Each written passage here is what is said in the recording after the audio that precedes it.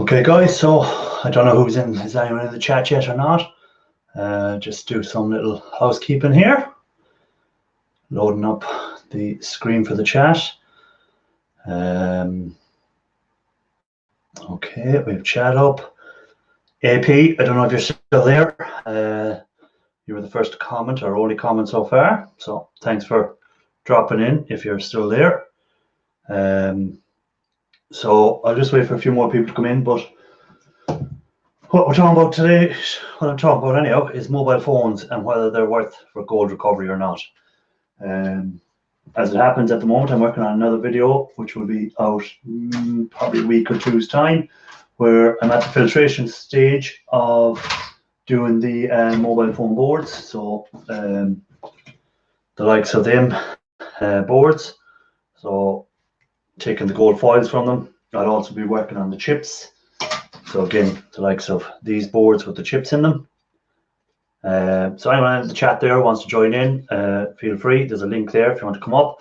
If you just want to leave a comment or say something in the chat. If you're interested in taking apart mobile phones for the gold recovery, we're just going to chat about whether they're worth it or not worth it. You also have your batteries. So, and these can be quite dangerous to deal with because if you do them wrong, you mightn't just get the gold off, which you can see there, the gold, but you can also put them on fire. So you have to be very careful with them. So we'll just give it a few more minutes and then we'll get into it.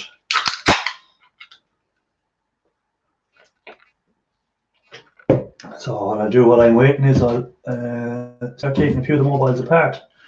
So again, I strip out the mobile phones to completely, and tonight's talk is going to be whether you think it's worth it or not worth keeping mobile phones for gold recovery. I personally think anything that has gold in it is worth keeping, and try and wait for the value of gold to go up or the cost of the chemicals to come down, whichever way it is. As I said in the last video, I got a fairly good deal on chemicals in my last lot, so that's the reason I've Shark Scrapper, thanks for dropping in. Appreciate it. I'm really enjoying your videos lately. You're doing some good scrapping out there. Keep it up. I mightn't comment on every video, but I try and watch them all. I try and watch a few videos. Like this morning now, I was off work, so I had no work today, so I watched 4 or 5 different scrap out videos from different scrappers, different YouTubers. So I mightn't have commented. I commented on 1 or 2, I think, but I mightn't have commented on everyone's. But well, I try and watch as many as I can of the scrappers, and then I do watch some others. Another video, another couple that I watch that aren't actually scrap related; they're more travel related. There's a couple up there. It's a bit strange, that screw. It seems to be a smaller screw than the other ones were. We'll just have to get a smaller screwdriver.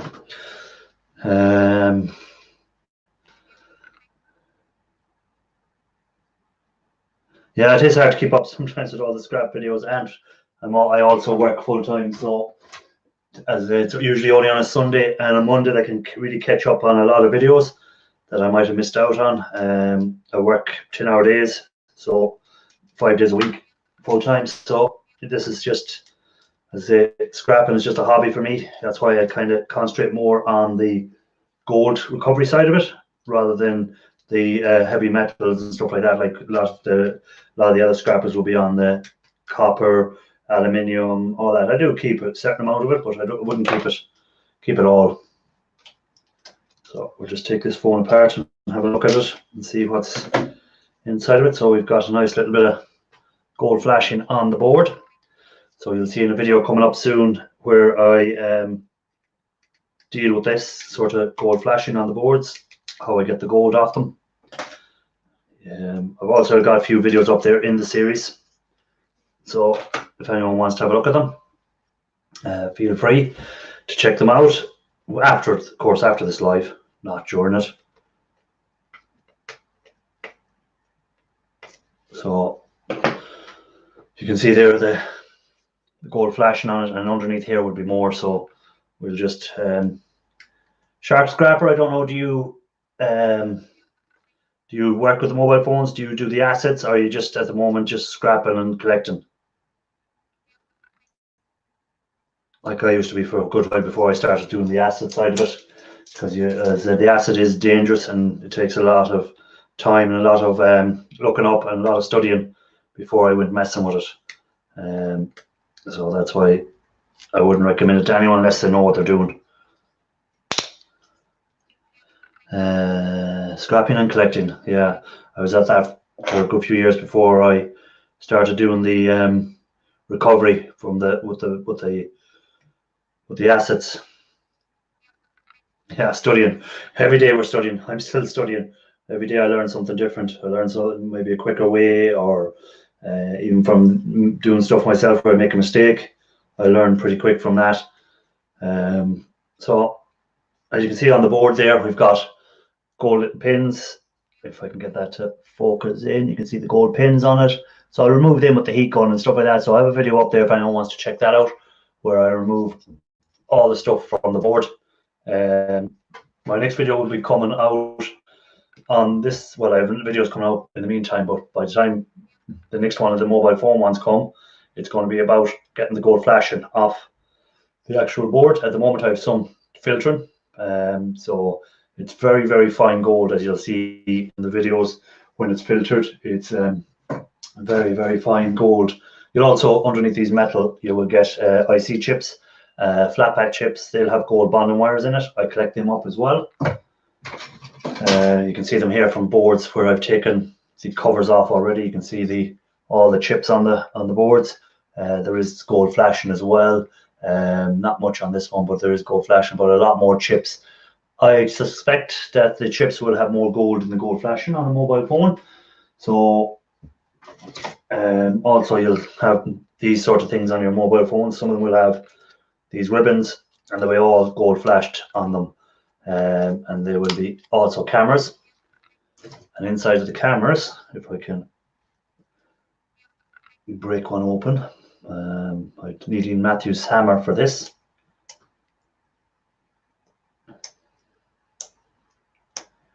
So I'd needing Matthew's hammer to break it open, but there we go.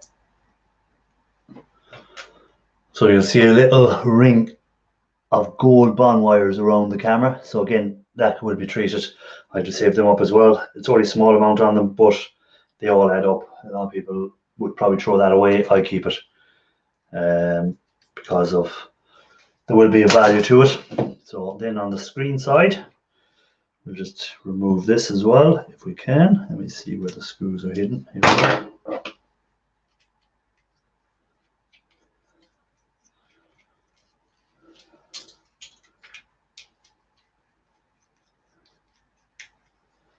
So I hope everyone was having a good weekend. Hope no one's got the old coronavirus.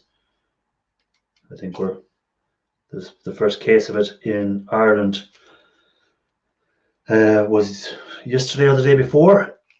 Let me see what you're saying there. I have some mobile notifications to feel way behind in microscoping while I was dealing with the inventory for your computer store. Yeah, it's nice when you get a nice big haul of stuff, but then you fall behind on other stuff. But it's all about catching up eventually. There's no mad rush on it. It'll be still there. It's not going to disappear. Okay, so that's just plastic, nothing there. Okay, this one has another board on the front. Who have we got here? Periwinkles O'Brien. Are you based in Ireland, Periwinkles, or are you based in the US?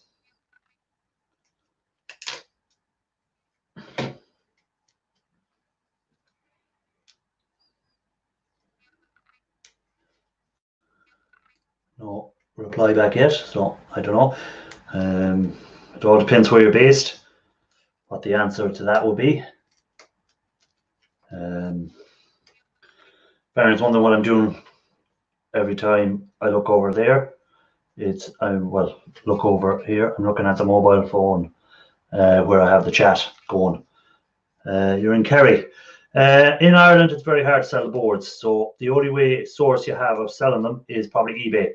You will get buyers on it, but in Ireland, you're not going to get an awful lot. You're going to have to look for UK buyers, stuff like that. You know, you check with your scrapyard. Some of them might buy them, but because of this wee recycling that's on here in Ireland, a lot of them don't buy them because they're not meant to be buying them for recycling here in Ireland. It gets bought up and it's shipped abroad. Most of it is. So Ireland has it kind of sewn up, so not many things. So your best bet if you're trying to sell boards or phones or anything like that is to stick them on eBay and see how you go. To be honest, there's not going to be an awful lot of people buying. I wouldn't buy boards unless they're very, very cheap, or a lot of them, because a lot of people overprice boards because I think there's a lot of gold in them. As you'll see from my videos, you need a lot of stuff to get a couple of grams of gold out of it, and there's a lot of effort goes into it. So you'll hear people saying, "Oh, they're up on eBay for 100 quid for this amount of boards." They might be up there, but they're not selling. And some people will say they've sold it, but that's because they might get someone who, even myself at the beginning, I was looking at stuff and I may have bought stuff that where I overpaid on it, but I don't do that anymore because I know what kind of yields I'm getting now out of stuff. So there again, we have another one of these. I have a bin which I put these into, so I don't know if you see them in there. So that's why I put all the foils in there, and I'll deal with them near the end. Back in a minute. The dog wants my attention. You have to give the dog his attention, right? He gets jealous, does he? Right, where are we here?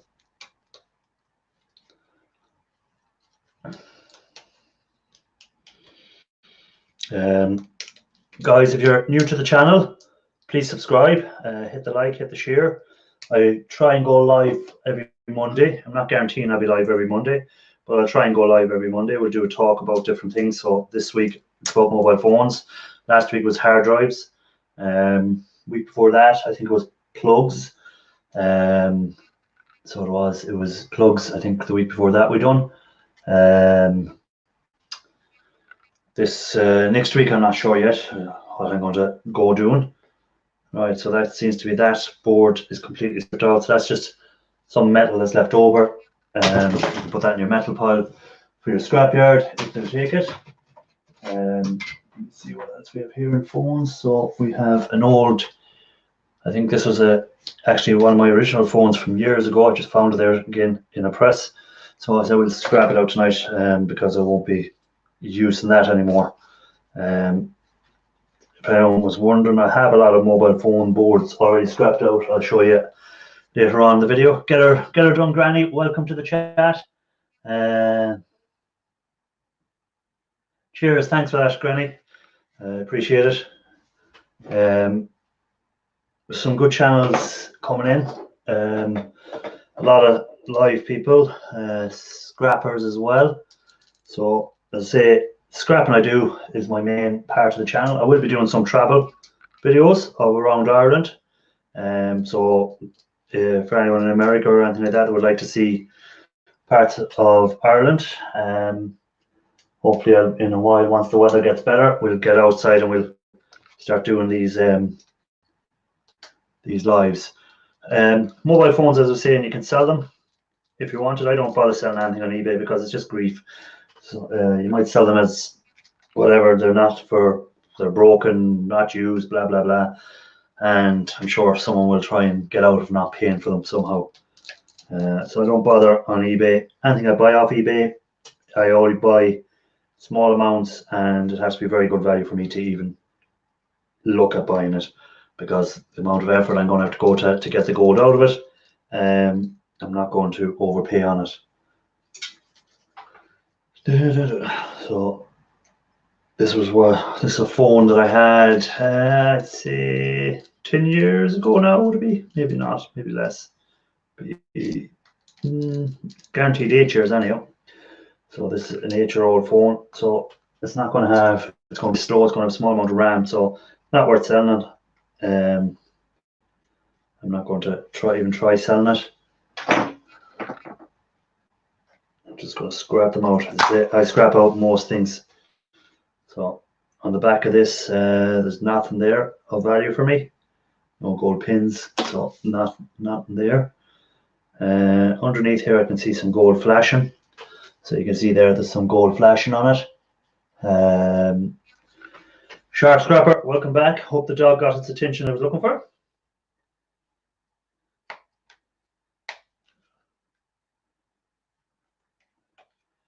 So I have to be careful with the battery. That's the main thing I'm looking at, is that I don't damage the battery taking it off, because even though it hasn't been used in years, she can still go up in a flame. I'm just looking for a flathead screwdriver if I can find one. I thought I had one taken out and left somewhere, but I obviously don't. She can be demanding sometimes. Yeah, they can be that. All right. Sorry guys, I'm just looking for a screwdriver. And I'll be back to you in a second if I can find one. That's a Phillips. There we go. So we have the screwdriver got. So all I'm trying to do is pry away the case. This is what these are. I think they were glued to them. They're one of these where you need the proper tools if you're going to repair them. At the time, they were fully encased in a aluminium backed case. I think it was the screen that you had to remove. I'm not 100% sure. Chances are I'm wrong, because it doesn't seem to want to come up. But I think it is the screen area that has to come up. This was a HTC One or something, or HTC 10, or I can't remember. Jay Hall, another Irishman, in the chat from Fermanagh. Thanks for dropping in. Good to have a few Irish people in. Don't forget to hit the like, hit the share if you want, share it out. Dusty Blonde, welcome. Thanks for dropping in. Snobby Scrap Picker is the other half to Dusty, and he does some great scrapping out videos. He's done a great video there on how to remove the actual pins from getting the brass out of them, where I'd be at it forever trying to break them out of that. He came up with a great way of getting them out, and it works perfect. So check out his video, guys. He's doing great stuff. His channel is really growing, and he's pushing on there. He's doing great stuff. Great scrapper. I'm into more of the gold and stuff like that. He's into the copper, the aluminium, the brass. I take a bit of brass as well from the plugs, as you can see. That's the reason I have it there.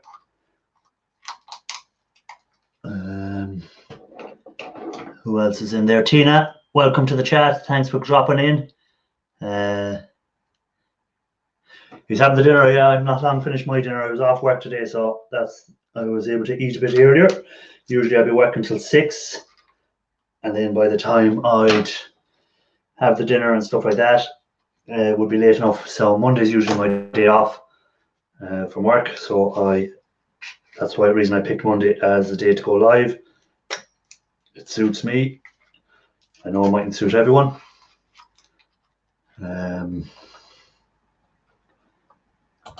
So I'll just put a link there. If anyone wants to come up, it's there.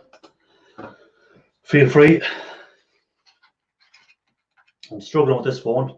I'd usually just smash it out by now, but I want to try and take it off in one piece to show. So the ones that were meant to be kind of harder to for anyone to fix at home, that they wanted you to go to a service center to get it fixed if anything was wrong with it. It'd be good if it slices my hand. At least it'll be something to have a look at. What is the price of copper at the moment? Copper has dropped Last week or the week before, I was pricing it at I think I was getting 390 a kg. And this week it's down to 350 or down to 290 in some places. So copper has dropped a good bit. Gold has dropped as well, but it's made a bit of a rise again today. A small bit of a rise. Who else are we in there? Stampard. Is it Stampard? Stampard. Thanks for dropping in. I hope I pronounced that right. I'm terrible at pronouncing stuff. It's one of my little bad things I'm at. But thanks for dropping in. Big Country Scrapper, welcome. Thanks for dropping in. Another man is doing good channel, doing good scrap out videos, guys. If you want to check him out after my live, don't jump over straight away. Make sure you stay for a while and hit the like, hit the share. If you're not a subscriber, please subscribe to the channel. It really helps. So we have a battery. So this is the bit that you have to be careful with, that you don't puncture it when you're trying to remove it. A lot of times it'll be stuck with tape, so you have to be careful, because if you puncture it, it can cause a fire. And that's why if you're storing batteries, be careful with them as well. Make sure they're stored in a safe place. Okay, I've loosened it from the back. Okay, so that's the battery there. If you bend that or pierced it, it can cause a fire. Be careful with it. On this one, I'll be putting that into the battery recycling, because there is actually no gold on them, like you can get on. I have a battery here. Some of the batteries will have gold on them, as you can see there. So again, I keep them, get the gold off there, and they'll be put in with other boards similar to that, from, would say, ink cartridges, or even you can put them in with your RAM fingers. Okay, so we've removed the battery, and we're having a look to see a lot of screws in this. Again, I'm not expecting a big amount of gold. The older phones, the old Nokias and stuff like that, had better gold content. Main gold on these would probably be the chips. Is your gold, probably your cameras, stuff like that. I'm trying to keep an eye on the old chat as well. Just everyone saying hello to each other. It's good to see. So again, just a bit of plastic.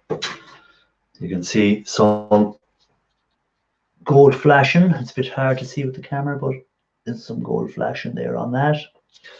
So we'll just remove what I can. Once I get the screws removed, that I think I have down to the next layer. So again, there's some gold flashing and gold pins under that, so I'll put that into a separate jar and be added to the rest of them when I sort them all out. Okay, so this is the main board that was on it. You have a lot of aluminium covering over stuff.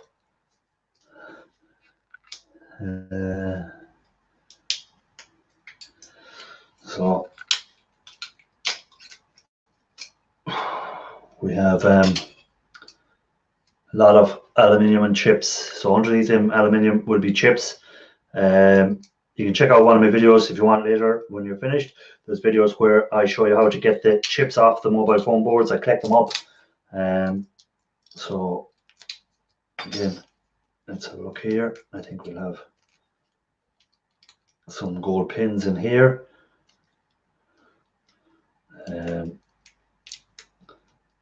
So you can see little bits of gold on that, so we'll put that in there as well in the jar, keep it for sorting out later.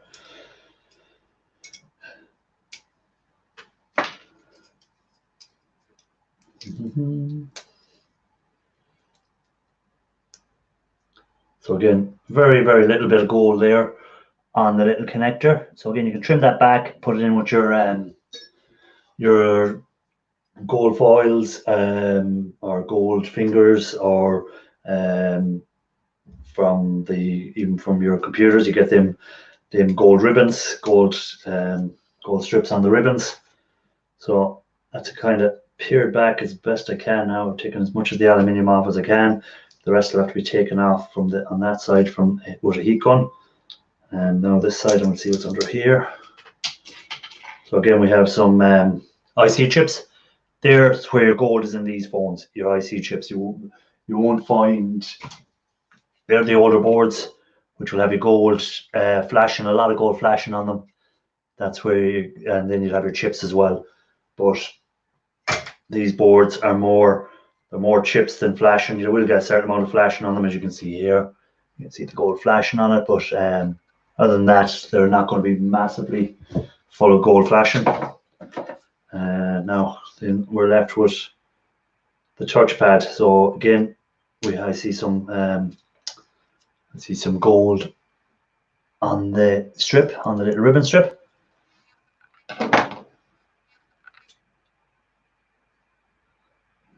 But I don't think it's worth smashing the glass all over the place just to get that. I'll just trim it back. I don't think there's anything else under there, but I'll have a look. Sure, why not? I'll come this far and try not to cut the fingers off myself. Okay, so again, we've got some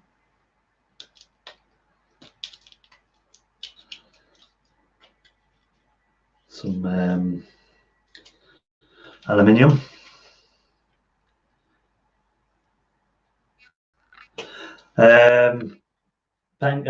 Perry, who said that? Let me look here again. Periwinkles O'Brien.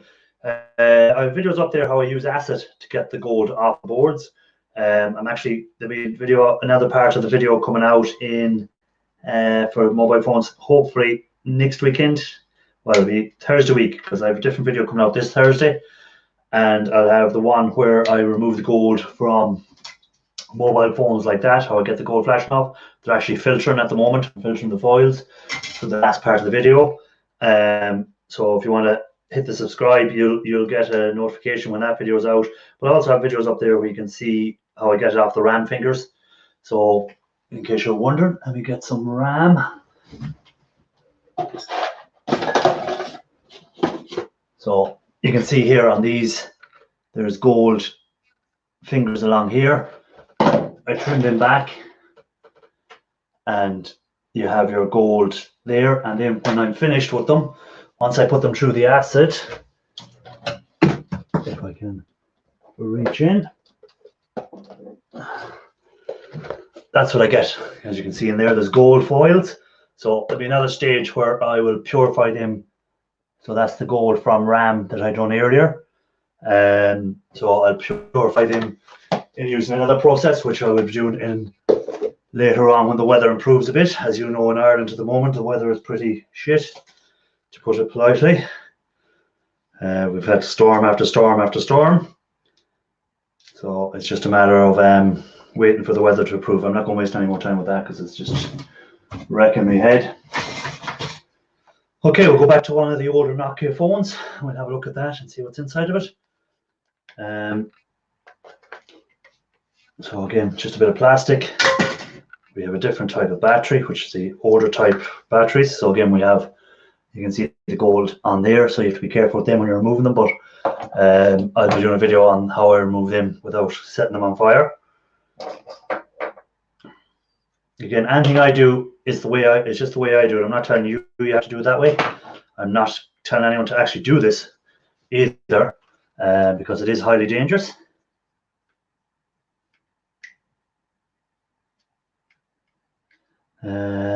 Thanks for that, Shark Scrapper. Hopefully people will find it entertaining, at least, if I don't manage to kill myself while doing it. But also, just, it's how I do it. Safety is the main thing. So before you even think about messing with acids, guys, check out the safety video I done up there. There's one safety video in my information. I might put a link in the descriptions of some of the videos for it again. It's just you have to be very, very careful when you're messing with acids. They are highly dangerous, and they can kill you instantly if you're not careful enough.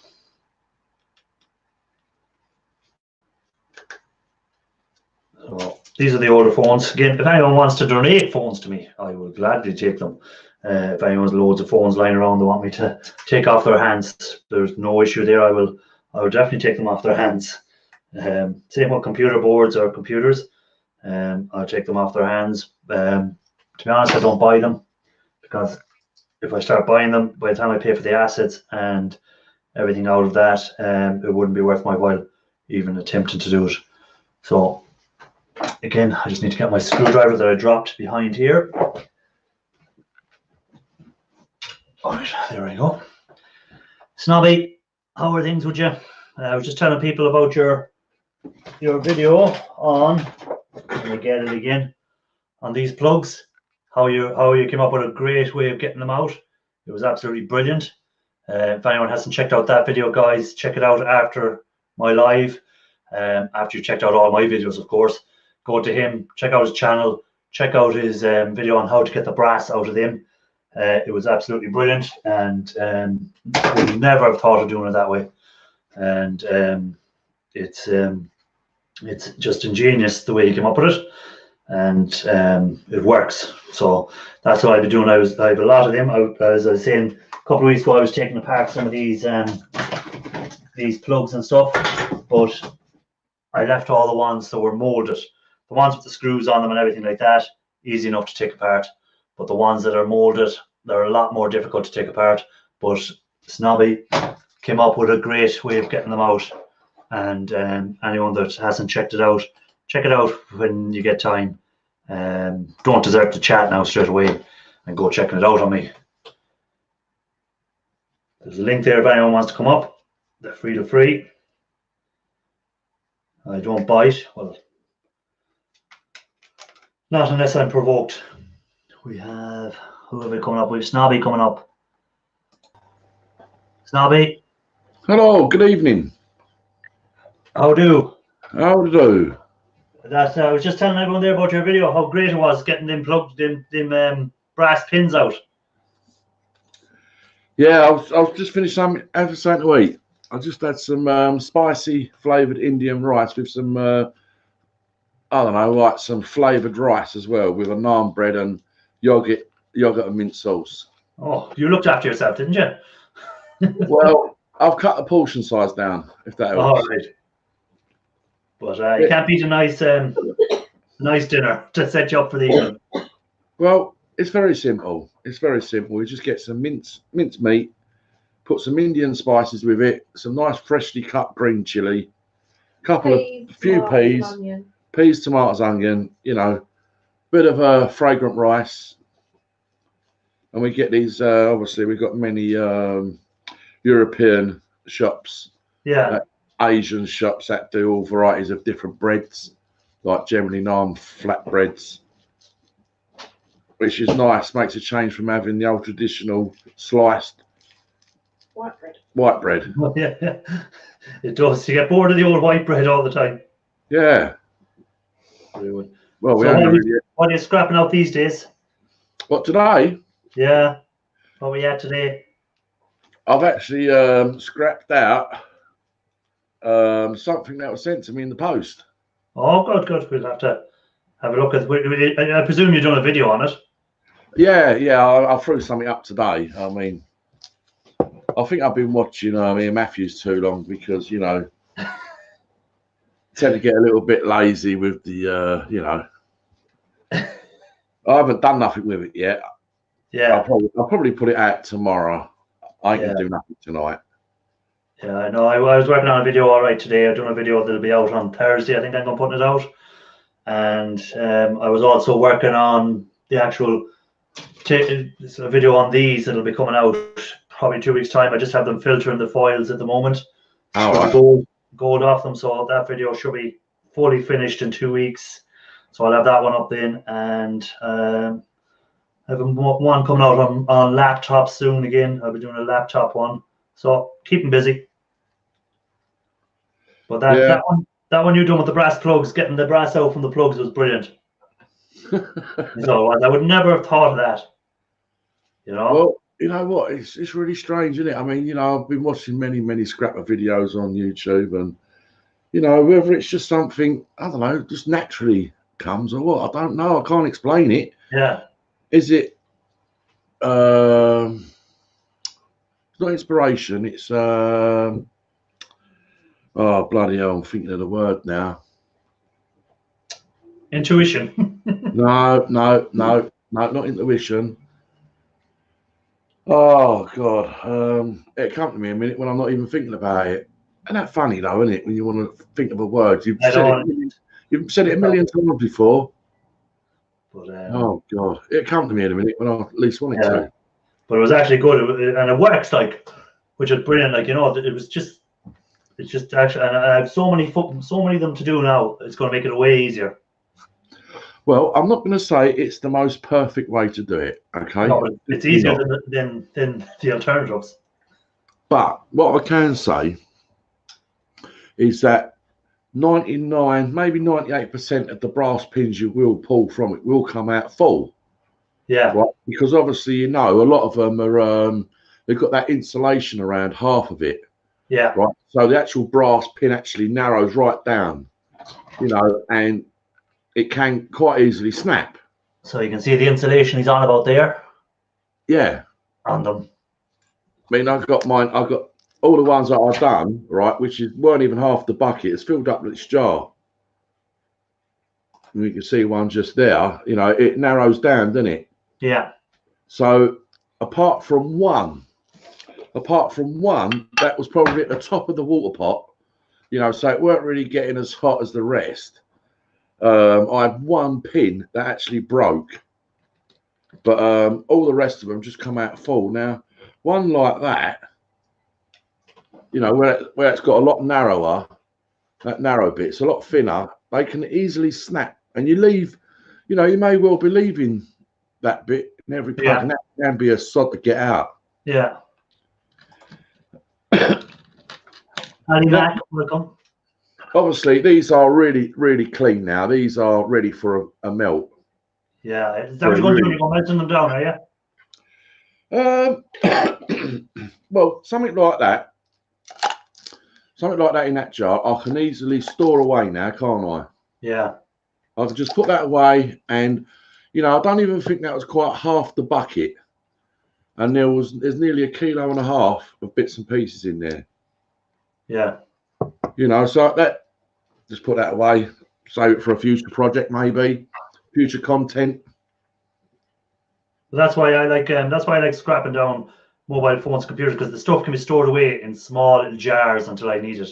I don't have to have like let's say there now behind me, you can see I have like little tubs with chips in them, and I've pins and gold in here. I have some gold pins that I've taken off mobile phones, so it doesn't take up much space. I don't need a big shed or anything, and I can just store them away nice and easy, and they're there whenever I want to process them any further. Yeah, that's what it's about, isn't it? Yeah.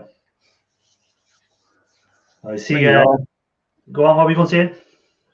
You know, and it's things like that you find. I mean, whether I'm of a generation now or what, or whether I'm just stupid, but if it was my old man, right, he wouldn't tell nobody. Right, he wouldn't tell nobody, because he'd turn around and say, "Look, it's taken me years to learn it, right?" Yeah. And sometimes he looks at me and says, "You're a silly boy, you are, silly boy." But you know what? I don't care. I don't mind sharing it either with people. As I say, I'm not going to get rich on scrapping out. I'm not going to get rich on YouTube. I enjoy it. I enjoy scrapping out. I work full time. So any scrap money I make, or any bit of gold, I don't even sell the gold if I get it. Once I finish the gold, I just keep it. And, you know, it's there if I ever did need it. But I don't mind sharing information with people, because I find that if you share with someone, you'll get the information back on something else off someone, you know, that you will learn from. So that's what the good thing about YouTube. Everyone shares and everyone learns off each other. And it's no one is, well, not in our group, anyhow, the group that I seem to have made friends with on YouTube. No one seems to be bitter if someone else gets a few more subscribers, or if someone else makes a few more pound out of scrapping something else out. No one seems to be bitter about it, you know. Well, I mean, look, it's like anything in life. We always learn, and we're learning every day. Yeah, every day's a school day.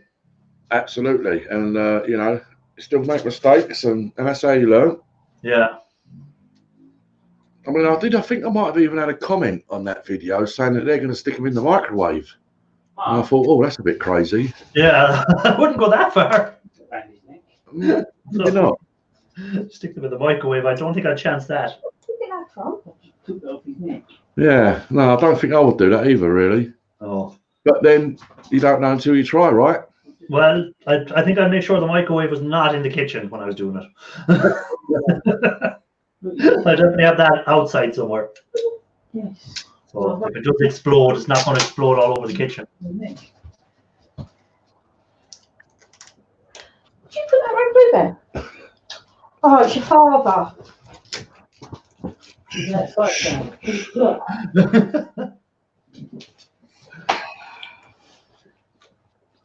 right there. I see Ian Matthews is working on his neighbour's knobs. So he is. In case anyone's wondering, it's actual knobs for presses he's working on. Yeah, wooden ones. Yes, wooden knobs. He's going to try out. He's going to actually make them. As I said on his video this morning, I said I think I'd cheat and I'd go down to the hardware store and just buy two. I don't think I'd go to all the trouble of making them. Well, when you think of what's involved and what he's done already, you know, dragging the lathe out, Yeah. he's got to tidy up all the messes. Yeah. And, you know, I mean, good. If they come out really well, it's great. Yeah. Well, again, it's not about the. I think it's not about how long it's going to take him. It's just the fact he can do it. You know, that he'd be able to make it. I wouldn't be able to do it. Not a chance. Well, I think I've actually found who the commenter was that said they're going to try sticking them in the microwave. It might have been Shark Scrapper himself. Oh, and he's here. I was joking around. That's all right. He said he was joking. Yeah. Got to try it now, though.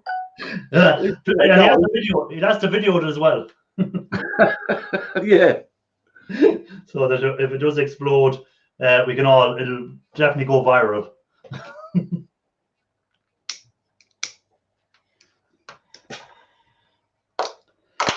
I mean, you know, like, well, I'm 50 in a couple of months, right? And I've been around it on and off all my life.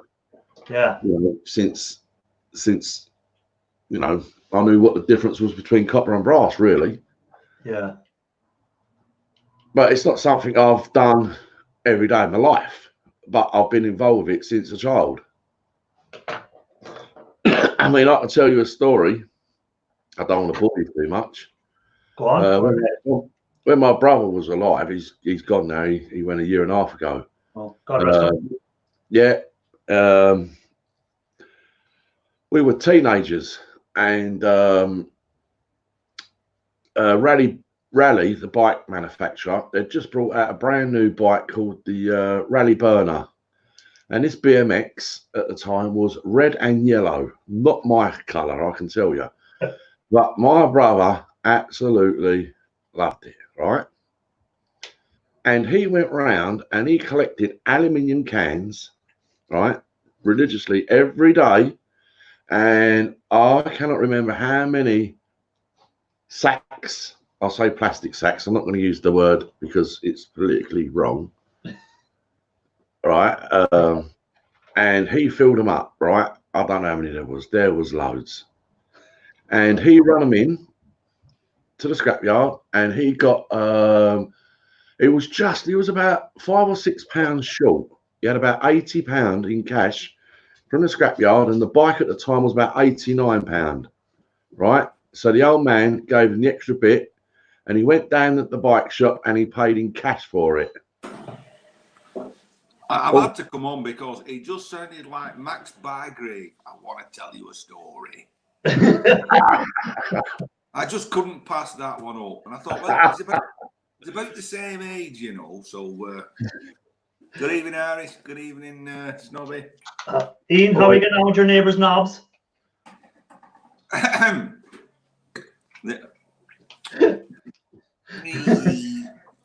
hope you don't want them urgently. I told you what I'd be doing. I'd be going down the hardware store, buying two, and that'll be it. That's I know it's not your way. that's not my way. It's not your way, but it'd be my way. I'd be going down that shop and I'd be picking up 2 of them. But hey, have you ever done wood turning? Yeah, what do you think? Do you think all those chisels are? Look, at you're a hoarder. You pick them up anywhere and you just hold on to them. That's it. Don't even pretend you bought them. Hell, I've had them that long. Then someone's got woodworm in them. Yeah. I was waiting for a worm to come out and wave at you. There was that much holes in it. I was a little disappointed in Snobby's comment. I didn't read his comment. Deliberately left a little vice on the table. Do you not see it? No, I'll have to have a look. Oh, I'll see it. Yeah, I didn't say nothing. No, you didn't. I thought, well, I'll deliberately leave this here. And nobody's even mentioned the anvil either. Well, I've got one that's almost identical. I'll have to show it. It's almost identical to the one you've got. Yeah, I've got some little bits that stick in that hole as well. You know. Yeah. Anyway, listen, I've not got chat up, so I can't see anybody in chat. So hello, everybody. Yeah, welcome to the Snobby and Ian Matthews' show. Our host has just left. Well, we've got Raphael in the house now. Good to see you, Raphael. My upcoming star here on I don't know what happened. I just knocked myself out. He's back. I don't know what I done there. I done something like you, Ian. I was trying to do something. I just knocked myself off. Never touch the duck. Don't touch the duck. Don't touch the duck. Up here somewhere, the duck. Yeah, he's up there in the corner. Hello, Raphael. Hello, buddy. Oh, Raphael is in the chat. So he is. How'd you get on Hazy's show after that? I was trying to get back, but I didn't get back in time before it finished. Well, you know, it ended. You know, it ended. End of an era. Yeah, it's a hell of a commitment when you decide to start doing streaming. Yeah. Well, that's Snobby is probably beginning to find out. Yeah, well, as I said, I come on here, but I'm not going to guarantee I'm going to be on every Monday. I'm just going to try and do it, but if I get on, I get on. If I don't, I don't. You know? Well, at the end of the day, it's called YouTube for a reason. You know, you're doing it for you. Yeah. Not for everybody else. Yeah. You know? But I understand in the early days, and especially what Snobby did, yeah, get all the live streaming in. Don't do your videos until you're gonna get paid for them. Yeah, that was a good idea he came up with. But sure, Snobby now has come up with a lot of good ideas in the last while. We should have been watching him at the beginning and listening to him. that was just my way of seeing it. I mean, you know, YouTube's owned by Google. You know, it's a £1 billion business. It's a business. I've never owned my own business. So at an age that I am now, obviously I've seen things and I thought, you know what, that is going to be the way I'm going to do it. And that's what I stuck to. I stuck to the plan. You know, and now when I put a video out, yeah, it's just the way. I don't know. It just happened. Yeah. Yeah, honestly, still early days. You're well going to make it because you've got that right personality, you know, to be on screen. Oh, I appreciate that. It's just a pity about the southern accent. I'm gonna hold you back a bit. Don't be upsetting him now. Come on. No, he couldn't upset me. Never in a million years. Never. So, Ian, when will we see the wood turning coming out? Well, it's like tonight. I've only just finished my tea. You know, what time now? 10 to 8 at night. I can't go in the garage now and start, you know, wood turning. And filming, especially when you're filming. It triples the length of time of what you're doing. Yeah. You know what I mean? I've a lot to live up to now. I used to just video it and stick it up. And now I've got young whippersnappers coming online, and they've got all this fancy editing coming in. Oh, I don't edit. You don't see me editing any of my videos. It's only Mr. Snobby there that is a whiz at the old editing. You know, and it's looking now look like really old art and boring, and I'm thinking, my editing is pause the video, come back in a few minutes when I've done what I was doing, and show it done. That's my editing. Well, I don't know. I don't know what to say about editing, really. I mean, you know, look, 6 months ago, and it is literally 6 months ago, 7 months ago. I don't know. I never had a laptop. I never even knew how to turn a laptop on. You know, so I would never have a laptop today. Probably I might have, but you know, I know you turn a laptop on. You show it some RAM. And now I've got a laptop sitting in front of me that's got a Terry's orange chocolate sticker on it, a Scrapping Irish sticker on it. Not too bad. It's not got an Ian Matthews sticker on it. Actually, did you send him a sticker? Actually, we have got stickers, so yeah. Yeah, I've got little round ones actually somewhere. That would have been funny if it said, "What's an Ian Matthews sticker look like?" That would have been funny. Oh, I'm shocking. It's like this. No, I'm just coming, just finished my tea, 10 to 8. And the idea of now sitting down here and writing out a load of envelopes. And yeah, we've done it today. We've done it today. I need to hire a receptionist. That's what I need. You could get Hazy as your receptionist. He's a spare time now. He doesn't be doing anything on a Sunday. He can post out all your stickers. I don't know how many did we send out today? Oh, Sent out a couple of cups last night because they were won in Dusty's guessing giveaway. And sent some stickers out to Lucky 7. Quite a few in the UK. Who else was it? Oh, Junk Dobber. I like Junk Dobber. Oh, he's a character, that one, I tell you. He's a character. He has all the ladies, I'm telling you that. Round his little finger. I think he plays it very well, actually. And I do try to get there every Saturday evening now. Got me in say hello. And, you know, for someone that I met way back, as soon as I put my name in the chat, it lightens him up. I don't, liar. Yes, it does. My name. Well, he always mentions you every time. The ladies, you see. The ladies. As soon as I put Dusty Blondie in, he's like, hello, great. I find Saturdays the hardest day for me to get on and check videos out because I work till 6.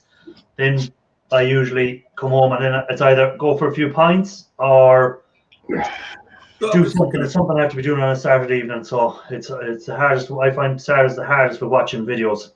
You know, just with the right angle, it kind of looks like a prison cell, doesn't it? It does look like a prison cell. Are they padded walls?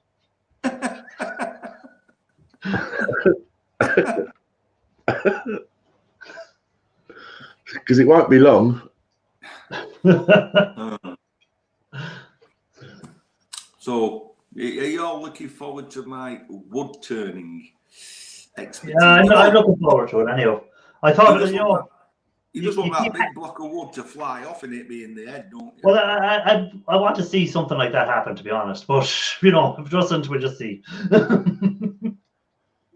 It'll definitely make it more interesting. Yeah, I mean, it's funny, you know, because some time ago, I've actually made, I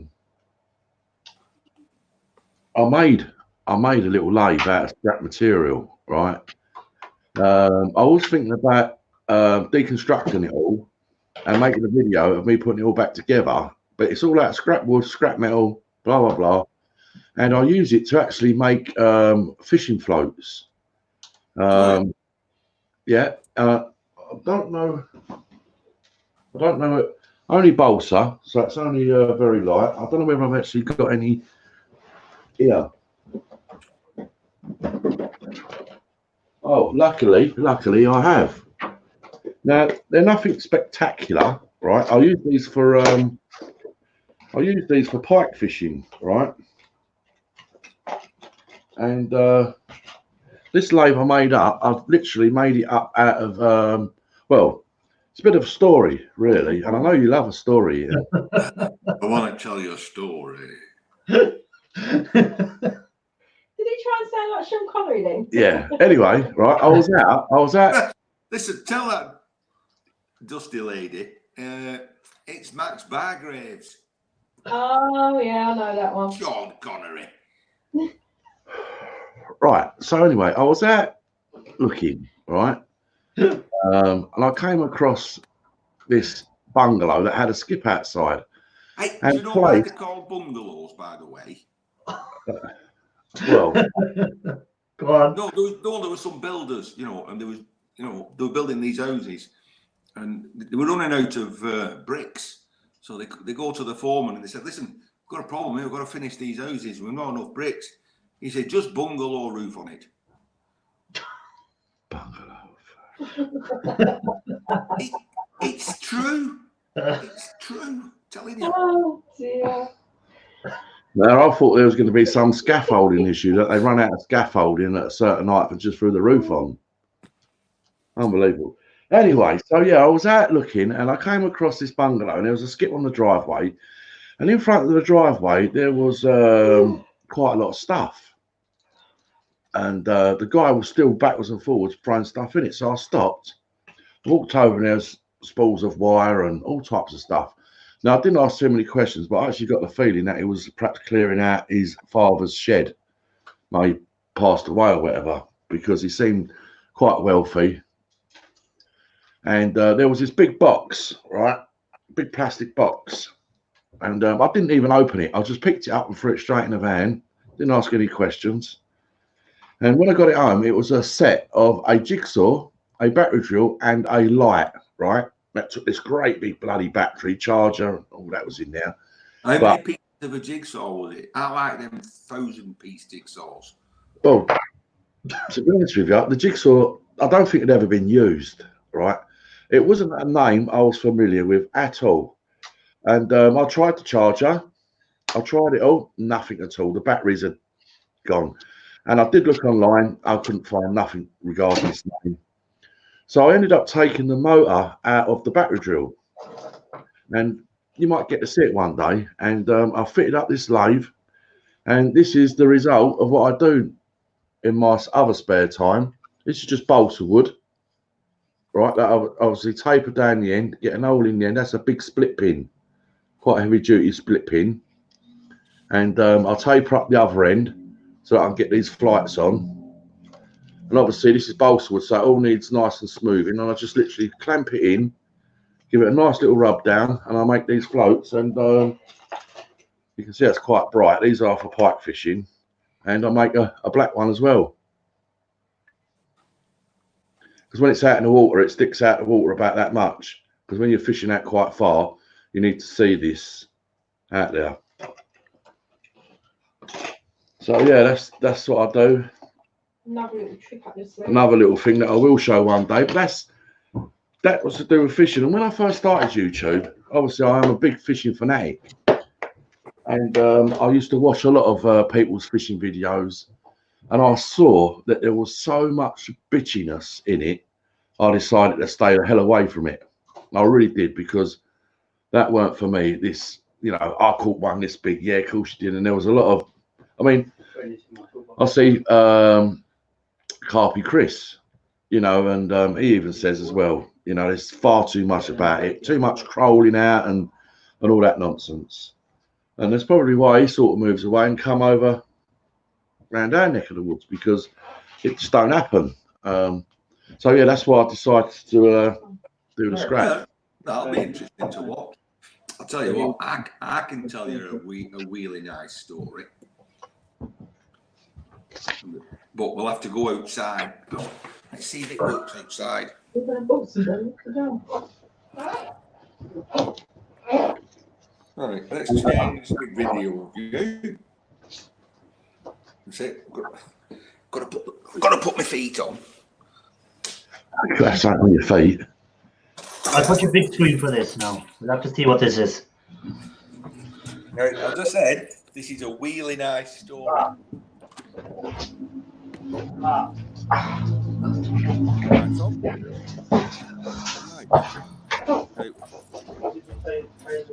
Hang on. Pop Scrap, welcome to the chat. Evening, Pop Scrap. Oh no, Luke, now this, I said I wouldn't bring any home again, right? But that big box there. But see, Luke, a really nice story. Look at them. They're You just cast can't help iron. yourself, can you? You just can't help yourself. And there's a load of them in there. So what can I do with them? Well, I have an idea. Oh, I've got something else as well. Hang on.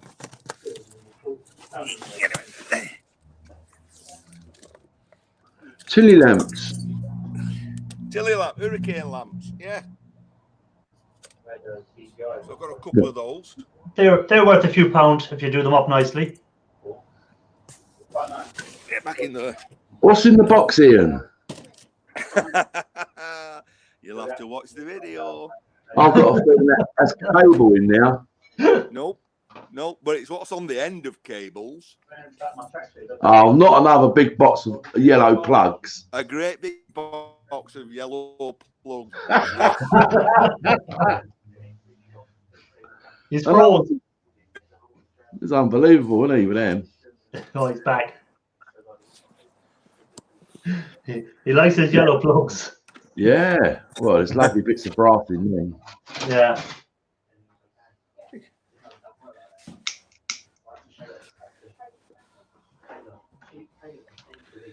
Yes, it is. It's a big box of yellow plugs. You come across all these yellow plugs all the time. Well, I've got a contact in the tool repair business, and every time he gets a tool to repair, he has to change the plug, put a new plug on.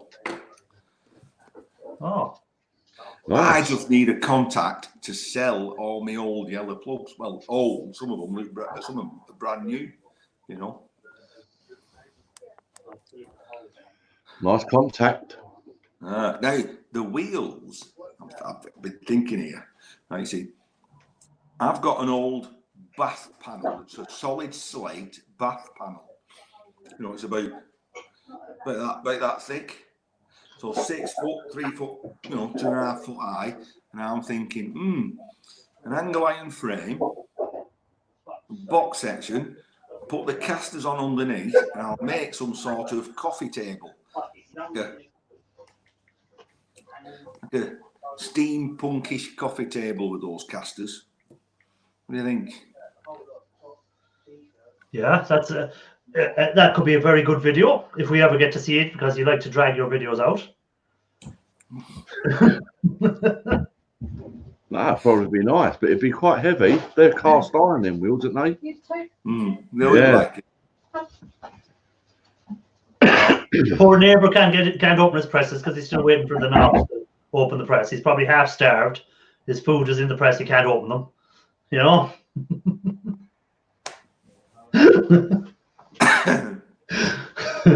Have you seen your neighbour lately? Has he been around? Oh, Are you yes. sure he's still there?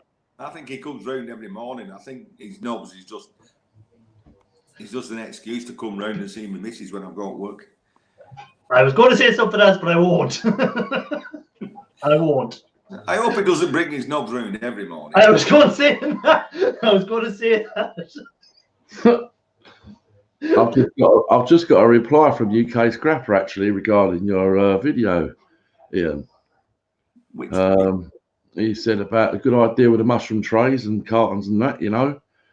And I said to him, so did you see the really big knob in the shed? And he just said, he's just replied and said, I did laugh out loud.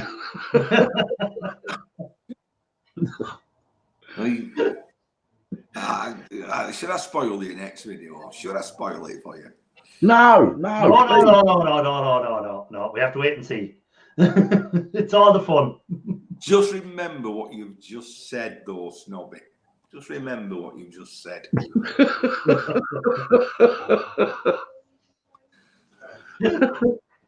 It'll all come clear. You'll go, that's what he meant when he said, remember that. Oh, yeah, I'm sure. Mark V8 Man is in the chat. Well, I would see if I can get some chat up at the same time, actually. So let me do that. Oh, look, tip of my head. Just a tip.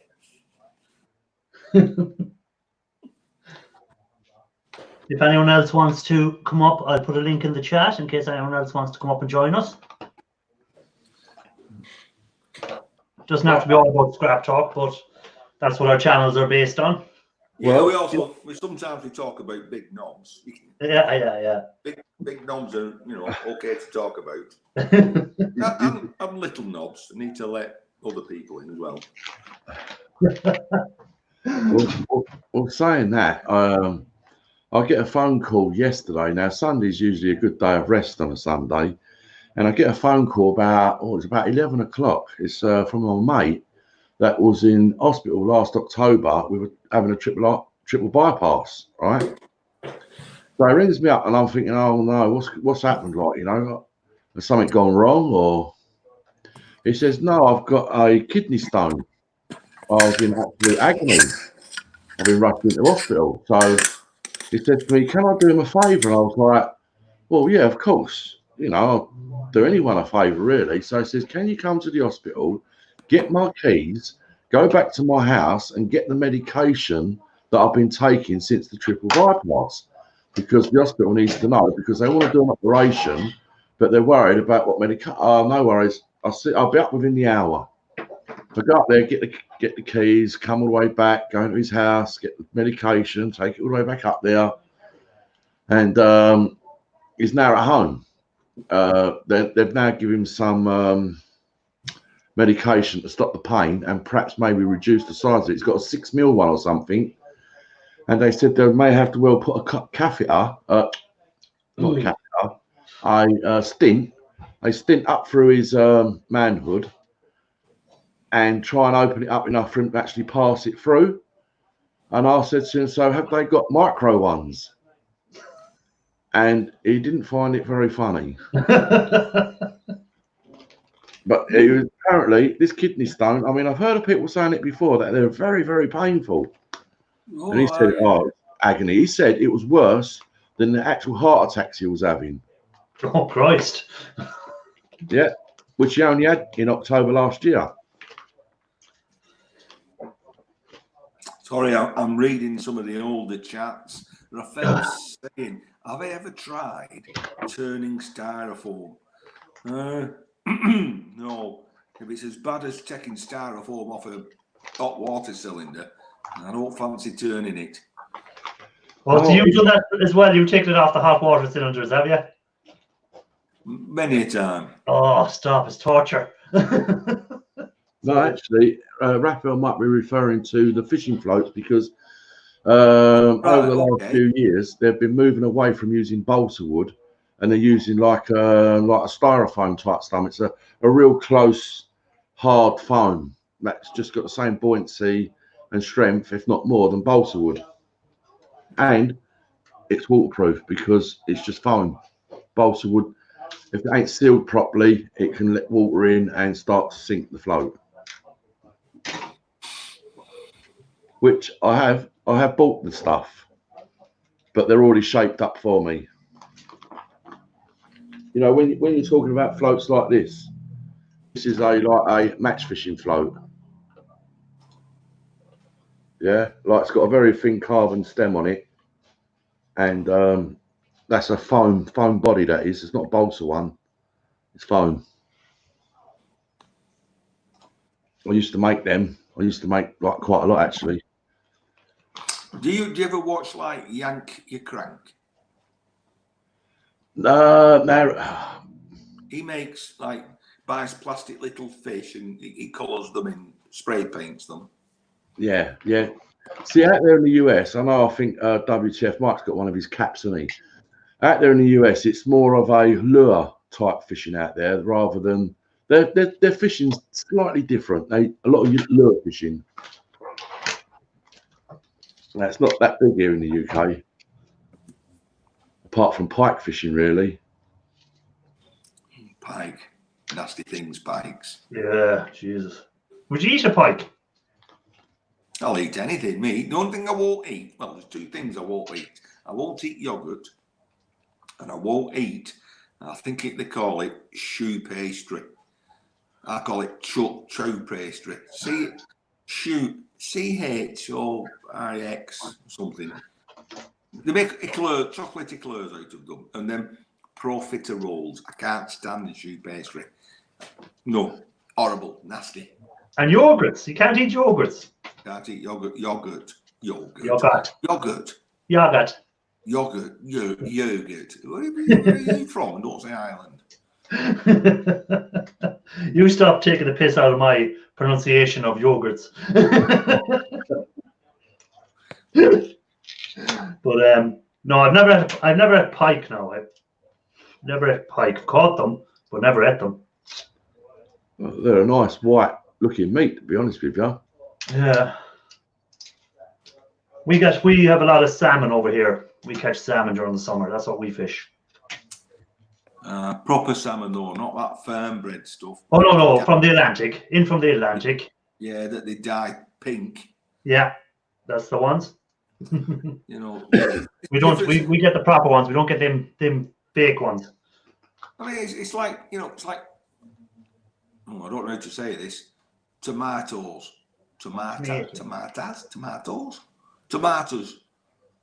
You know, you buy them now and they're just tasteless. They're just water inside. Yeah, but you look how long they stay. Like you put them in the press or put them wherever you put them. They're nearly the same in a week's time. They haven't changed. And you're here like, this can't be proper food. And even the ones that they say, you know, grown on the vine. Well, literally, they're all grown on a vine. I don't know of a tomato that doesn't grow on a vine. But they're grown on a vine in water. They don't see soil. Yeah. They're just tasteless. Yeah. And the skins are very thick. Unless you grow your own stuff anymore, I'm afraid all you're getting is the fakes. Well, they're imported, aren't they? Yeah. Oh Christ! It must be nearly time for him to go to bed. You know, you think about it, what a life. You go to work, you come home, you have your tea, you have a little bit of you time, and then it's time to shower and go to bed. Yeah. What hours do you work in? What time do you start at? What time do I go? I start at 8, usually up about 20 to 8, quarter to 8. Finish at 5. But if I don't get away dead on 5, like when the first whistle goes, you got 2 minutes, wash your hands. And as you know, I don't get dirty. So straight away, car and off, I miss the traffic.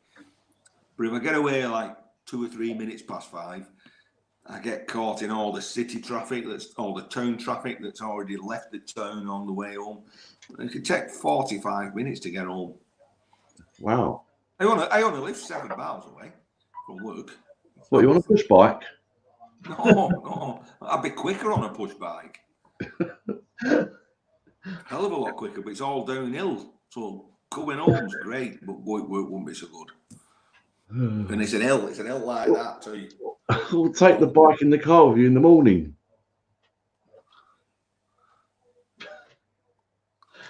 It ain't going to work. Because he's going to have to cycle in the morning then to get the car again. Yeah. Until they invent the car that can drive itself home and be there for you in the morning, I'm afraid you'd have to get the car. I've got something here that'll excite you, Ian. Oh, Jesus. There's a proposition. Oh, it's going to bring Dusty on. Right, it's better than that. Oh, that's a chunky piece of cable. Isn't it just, eh? Look at that. Is that what they call mulberry? It's what they call copper.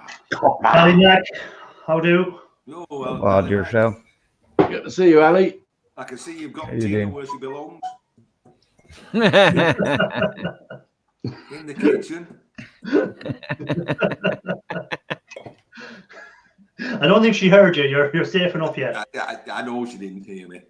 She's out in the kitchen. You do know why wedding dresses are Snobby's white, got don't better you? merch than you, by the way, Ian. You do know why Oh. wedding dresses are white, don't you? So it matches the kitchen appliances. you What didn't you hear saying, old man? what Ali said to you there, Ian, did you? Right. I was on my push iron yesterday, actually.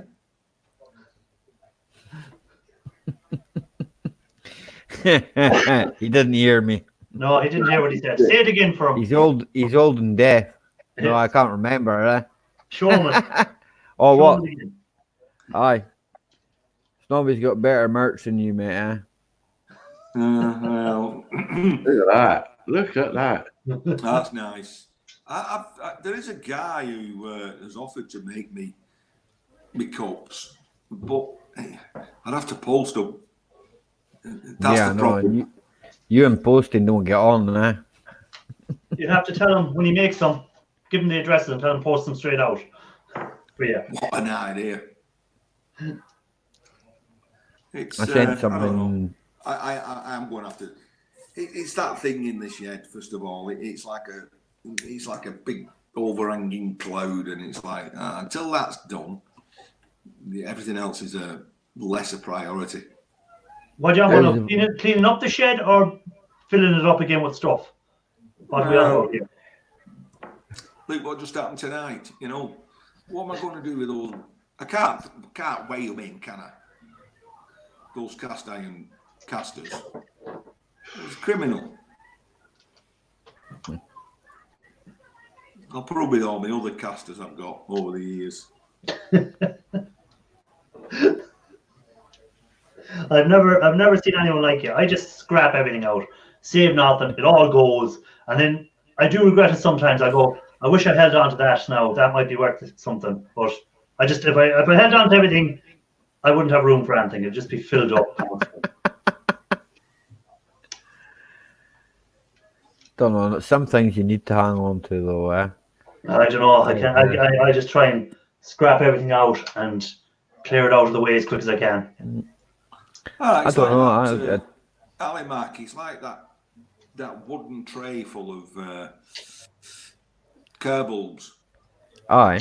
Some of them are easily 30 odd years. Aye, you'll never use them again, Ian. I know. But you what still do I do? keep them. I know that. I know the feeling, yeah. What do I do with them? I mean, there's going to be people out there with classic cars who Exactly. will want them bulbs. Oh, eventually, aye. Aye, Hey. there will be. You're forgetting, boys. You won't be allowed to drive them cars because they'll have petrol in them in years to come. So they're going to be Yeah. no good. Them cars are If our going to government gets away, if the our government won't let you bring them outside or turn them on or do anything you with them. might be able to make them run on electric, though. You never know. Yeah, you'd have to put electric engines in them. Motors. Aye. I'll tell you what will happen. It's like you see it in Romania. Like you get horses pulling cars. Cut the front off. You'll need 4 horses for your Volvo. Hey, that'll be the most motor horsepower ever.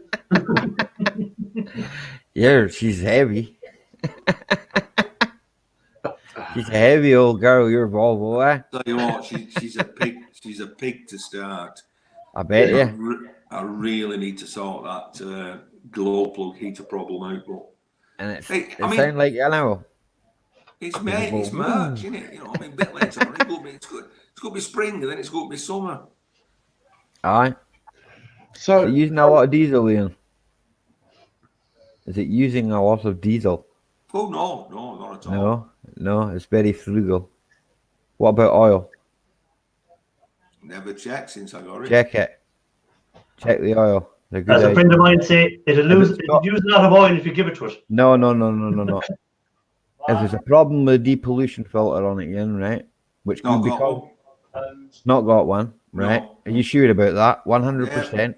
Yeah, because Okay. I pay 200. Check your oil level. Because I pay £200 a year road tax. Check that. We'll check your oil level, right? It's just a good idea there, right? All right. That's all I'm Does gonna say, yeah. Are you saying the turbo picks it up and throws it out? Does it sound like an owl? Does it sound? Like an owl? Oh yeah, it definitely howls. Yes. Aye. Now, how do I explain this? It's like an owl, right? Yeah. It's a whine. It hoots. Yes. It hoots. Does it? No. Right. It goes. I knew you would get me. You've done this deliberately. It goes. Aye. See. Now, does it do it all the time? All the Or time. only? Aye, all the time. Right. Aye. Well. Is that the It might- burning on the? It might just stop doing that one day. Yeah? And not move anymore. Well, it's not. It won't move anymore. It'll just break up into little bits. Yeah. End of the day, the car's a car. You know, if that happens, I'll go and Eh. get another. Yeah. No, but the turbo you could just replace the bits inside it and it'll be mint. If it's a little bit of playing, if it's a little bit of playing a shaft, it's easy to fix right now, right? But in 6 months, or 3 months, or 2 days, it might not be. No, I understand. So I can't say how long it would last. I can't even say that it is that, Ian. That's just a rough guess from the one I had there. The turbo went on the one I had there. So I think they're quite prone to it. That Ford engines. There's certainly a lot of them in the scrapyards because the turbos have failed, or the wet belts have snapped on them. But that's more the 1800s, like, so you don't need to worry there, like. Geez, you're full of good news for Manuel, Ali. Well done. That really. I know. cheers. It's a Ford. It's a Ford stroke Peugeot engine, so I know a wee bit about it. So, and here, to be fair, it is my job. That's true. So I I'll have tell to you know what, something about it. No, because you could have lied to him and told him, "Don't worry about it. Everything's going to be okay." I made him feel better, but no, you told him. It's going to No, there's no point. You might as well just be honest. I'm sorry. I call a spade a Ali's spade. the one who I wants come to come to your hospital bed when they're about to, give you some news. If you see him coming to the hospital bed, forget I'd about shoot it. your deed. You're done. Pronounced dead. Raphael says it's hard to keep a balance, of stuff to decide when to get rid of it. Aye, that's true, Raphael, man. we kind of have this at work. We have do jobs. That job will come up again eventually. We keep all the old bits, and there's something to be said in when the job's finished because the customer's paid for that job. It's just like anybody else. It's so Paid for a leftovers. job to be done. You go and do it. When you're finished, you get rid of that everything. don't you? Aye. And there's something to be said that we haven't got it, Aye. so you have to buy it. Yeah. Rather than spend time going and looking for the bits. You might want 100, and then you go and count them. Get somebody to count them. You've got 63. You've got to go and order some 30, 37. You don't get the same price because you're not ordering 100. It's just easy to say, job's finished, bin it. Aye. At the end of the day, it's all been priced in the job because we are bespoke manufacturers. So we don't make something and sell it constantly. No. It's a one-off, says, It's a once-off. Aye, whatever you make, how a much one-off. to make this. Yeah. All the scrap has been built into it. So Yeah. the job's done. Bin it. Aye. Start the next job. I've seen the skips and that you were in, and I assume that was your work one. That's to me to get bunk chunks of steel like that. That wouldn't happen up here. That's all out of my reach. No, yours though. And Where do you work again? You're V8 man. You got a truck? Or get your hands on one. Mm. I think we know where we can get back. Steel.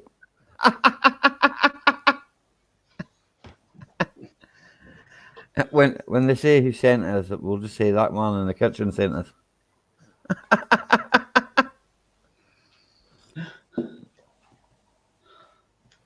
So, Ali, have you been fixing cars this week?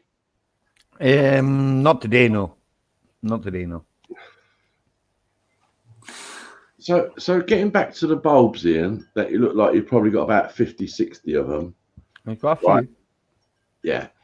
All right. So they are for almost like a vintage vehicle now. You know, how much are they worth? Are they worth keeping hold of? Do you know what? They might be worth nothing. Exactly. they might be Absolutely. worth nothing.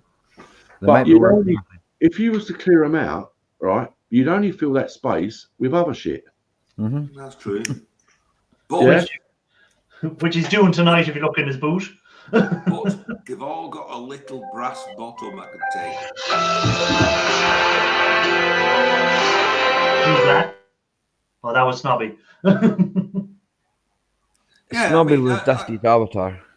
I'll tell you what, it's a long time. It's a long time since I've changed an indicator bulb or a brake light. Most bulb. of them, you know, they last pretty well. Like, how you doing, Caroline Hellbilly, man? So are they LED these days? Aye. Oh, yeah, they're all LEDs now. All the new cars. Not that I work on many new cars, Ian, but yeah. But you're all the new cars now. You have Most to be of my seeing it on the customers computer get to come work to on me it. because the cars are old cars, you know what I'm saying, Yeah, So, well, the they newer get- cars, it's all computers now. They get Right. work. A lot. I used to I've got use, man. I've got to See, drop a lot out. of them in I've the got a car. phone call. All right. I've got to Okay, drop out. Tommy, thanks for coming No in. problem, sorry, mate. All right. Bye. Bye. Yeah, there's Talk no- later, man. Bye, everyone in chat. Later, man. Oh, let's fix Oh, you'll our- have to fix that view. There we go. no. There we go. But yeah, the cars nowadays, like my car there, it's all LED lights. Even Aye. the handles light up when you press the button to open it up. Aye. The LED Aye. lights come on the handles. Like you're here, like you know, it's just It's just another thing to go wrong, isn't it? it's just another thing to go wrong. Here, look, I've got a Ford Mondeo. It's what, 14-year-old. Yes. I've owned it 6 months. I've not put a spanner in it. I've got a wheel bearing just started to whine. Fair enough. I know Yeah. I don't know what mileage I've done. Probably 6,000 miles on it since I got it. Right? Yeah. A wheel bearing going now after 6 months. That's all right. So My first car that I drove or bought myself was a Nissan Micra. a Micra, aye. I've had a Yeah. Micra. I've had 3 Micras. Yeah, and if anything happened, you could fix it Okay. yourself. You went out yourself with the spanners and you fixed it, and that was it. But if anything goes wrong with these cars now, there's nothing you can do with them. A machine you plug in. The main dealer and let them fix Laptop. it. Laptops. Plug in a laptop. Yeah, it's all right doing it in. If you need to know what you're doing. Mm, You know? aye. Well, it gives you possibilities, right? Yeah, it'll tell you kind of what's wrong with it. It'll point you in the right direction. It isn't always necessarily it tells you a fault, Yeah. you know. I mean, Like anything, it's only like computers. You know, it's just like a computer, exactly. You're going to take a piece out and put another piece in. Do you know, so some things I have seen, right? And this has been in like friends' cars and that you know, maybe had them remapped and that, right? And the person that's remapped it's not got the map quite right, you know, and it burns a wee bit too much fuel and it does things it shouldn't really do, you know. I mean, I know plenty of people that have had Volkswagens that do that, you know. I had a Volkswagen that did that myself. Here, it might have been Hey, hazy days. Easy, Busy days. it might have been Okay. funny, yeah, but you know, it's like, well, aye, nah, bit pointless to blink, But no, the new cars now is just kind of not major touch wood. Seems to go too wrong with new cars. To be honest, you seem to get a fairly good. They're made to last a certain time, man. Yeah. They're made to last 10 years and That's 100,000 miles. If they don't last that, then they're no good a car, you know. I'd expect on a brand new car these days, I'd expect only to be putting brakes on it and putting oil in it and water, you know. Usual Yeah. things. The last car I had now, it lasted. Well, it's still going. I sold it on to someone else, but I had 290,000 miles on it, and it's Aye. still. That's all right. Yeah, 290,000 miles. That's fair going that, like, well, it's got to be a Volkswagen. There's no other car I know will do that. I love Mercedes. The BMW. BMW, there you go. Aye. That's what it was. What, a diesel? Yeah, it was one that Aye. it was the 530. that had the fault on the timing issue, but I got Aye, the 530, was it? no three. It was a 320. 320. Yeah. My I brother. got it done under the warranty on that timing issue, so that wasn't too bad. You guys, 8:30, I'm going to go and shower. So Showering in bed, is it? Shower in bed for Ian. shower in bed. What a life. Don't worry, you'll be soon there in the nursing home. It'll be the same thing for you. Shower in bed. He's the old man, that's what it is. He needs his beauty sleep. Make sure you sort your neighbours' knobs out anyhow. Okay. It's a good job. Listen, it's a good job they're not in hurry for him. I'm telling you, he is trying to get into the press to get something to eat, and he can't get in because you would knob. I'm going. Right. See you all. Everybody. See you later, Ian, man. Bye. Later, Ian. If anyone wants to jump up for the last, what time is it? 8:30, did he say? 30, just after 8:30. If anyone wants to jump up for the last half hour, feel free. I'm still clearing out my mobile phones at the moment. That's where I'm at. So, nothing else strange with you today. Nah. What's the weather like up there? Snowy? Today was alright. A bit dull, overcast and that, but it was alright, yeah. We had snow. That's what we had. Bit of snow. It would snow last week, yeah. No, it was alright this week, yeah. Well, yesterday and the day were bit windy, yeah. So I don't think it's mine, Raphael, eh? I'm hearing it in my headset. Here, Scotland Irish, I think your mic's making a bad noise, yeah? Is it? I'm picking up my headset. It's like a high-pitched noise, yeah? Is that the noise you're talking about, Raphael? I hear it myself, eh? Let me have a look here and see if we can change something on the mic. Wait, I'll mute myself just to check it's not me. Okay, is it my mic, Raphael? Can you hear me? Let me know if it's my mic, will you? Well, I muted. It's your end, Okay, let me have a look and see what we can do on the mic. Audio.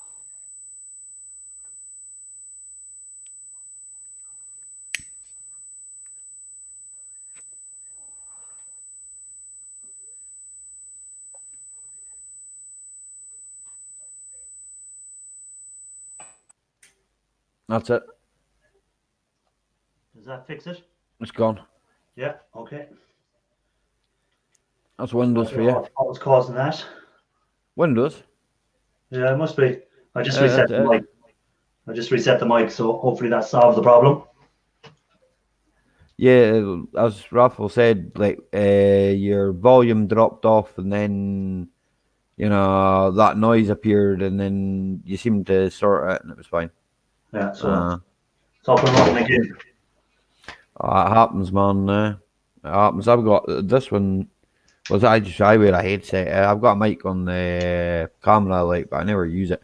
I've got 5.1 Logitech speakers for this PC, like, but I never use them either. It's just too loud. It echoes in the room. Oh, that's the what I'm using is a Logitech C990 or something. The webcam's only a cheap thing. I think it was an Advent thing I've got or something there. It's only a cheap webcam, like, but that's all right. That's all right for what I do, it, So. Well, that's it exactly. Like, it's not as if As I say, I don't. All I do is a few lives and a few videos, and that's it. So, Well, I only do the one live, and then maybe you might see me on Raphael's or someone else's, you know. Yeah. I'm not- you know. So and it seems to work. It seems to work all right. Like I got local there.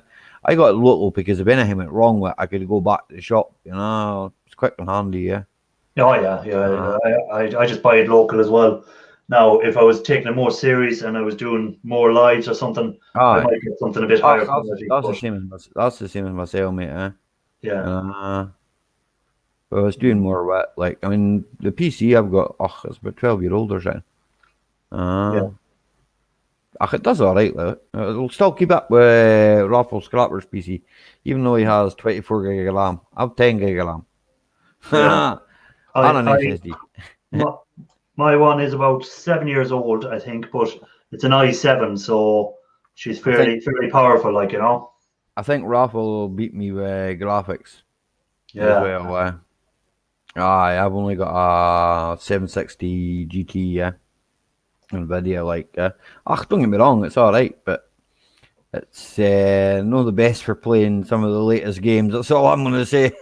Yeah, I find mine now. Well, for some reason, my Windows has keeps telling me I need to activate them, which I can't understand why that's happening again. Because You can't see me, man. you know, it's I don't know why it's telling me to activate Windows, because I haven't done anything. I haven't changed anything on the PC, but it keeps telling me to activate Windows, and every time I go to activate it, it just won't happen. What? It won't activate? No, it keeps coming up with an error code. I updated Windows again to see would that solve the problem, but it hasn't. So I don't know what's causing it. It's Windows 10. Yeah, Windows 10. And This PC still, I've got it dual booted. It's still got Windows 7 on it. you can't see me. Thanks for coming in.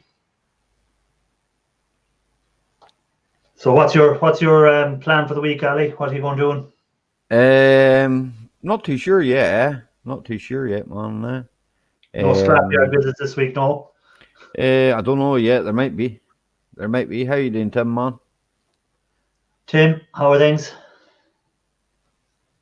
There might be yet. I'm not sure. I've got scrap to take away, like, but there's that. It's paying that little. There's no point in taking it if you know what I'm saying. Yeah, scrap has really taken a dive in the last while again. The stuff I've got is alloy, and I've got as you can't see me, I'll say I've got routers. Routers. I'm sure they call them discs over here, Yeah. But, yeah, no, scrap prices are fairly low at the moment again. They took the coronavirus has that's really killed it off. Really taken the price down again. Aye. Oh, it's bad up here, like copper was paying what was it, 2 weeks ago I was getting $3.90 a kg for copper, and it's down now to $3.50 or $2.90 depending where you're buying it. Aye. So there's been a big drop in it. Mm-hmm. So that has, but I just weigh in stuff that I take off of cars mainly, you know, and usually I've got a bit of alloy in that, you know, so sometimes it's the odd car or two, you know, it just depends, you know. But sure, the cars, they get nothing for it all. There's nothing but a car at all now. No. You better take bits out of it and yeah, dude, that's what I do. Take a bits out of it, rip it apart. But I've even stopped doing that because there's no money in it. There's no worthwhile. Yeah. There's no point. You know, I try to fix them. You know, if I can't fix them, they go to scrap. I was working on an Audi there at the weekend with my mate, and it's his pals, and I hit the right in this and the scrap yard. We just put brakes in it. I thought to myself, it was a waste of putting brakes on.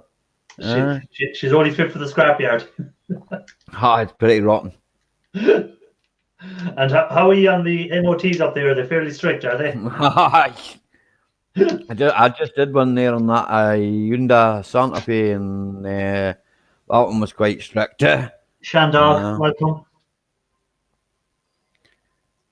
I just did one there on a Hyundai Santa Fe. I've got a So I've Skoda seen to you do doing as some well. work on it, like you were Aye, fixing- that's the one. That's the one.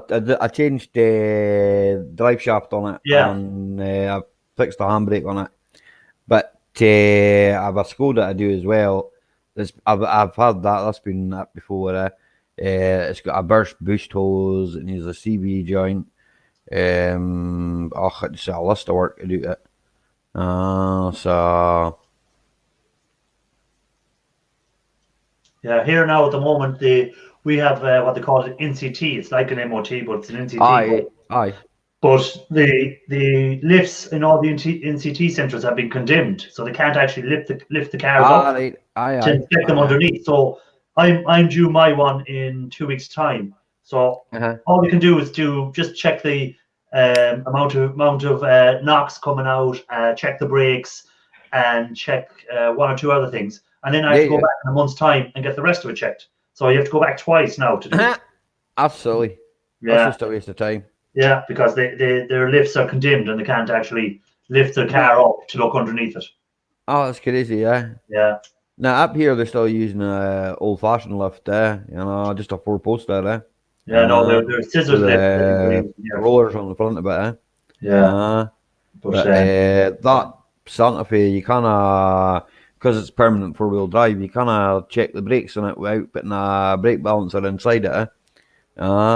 And the boy took it out the first time. He says, I drove for nearly 2 miles with the handbrake on. So I was like, aye, right, well, we'll sort it. So I took it back, and he says to me, I went and put the handbrake on. He says, nearly about through the windscreen.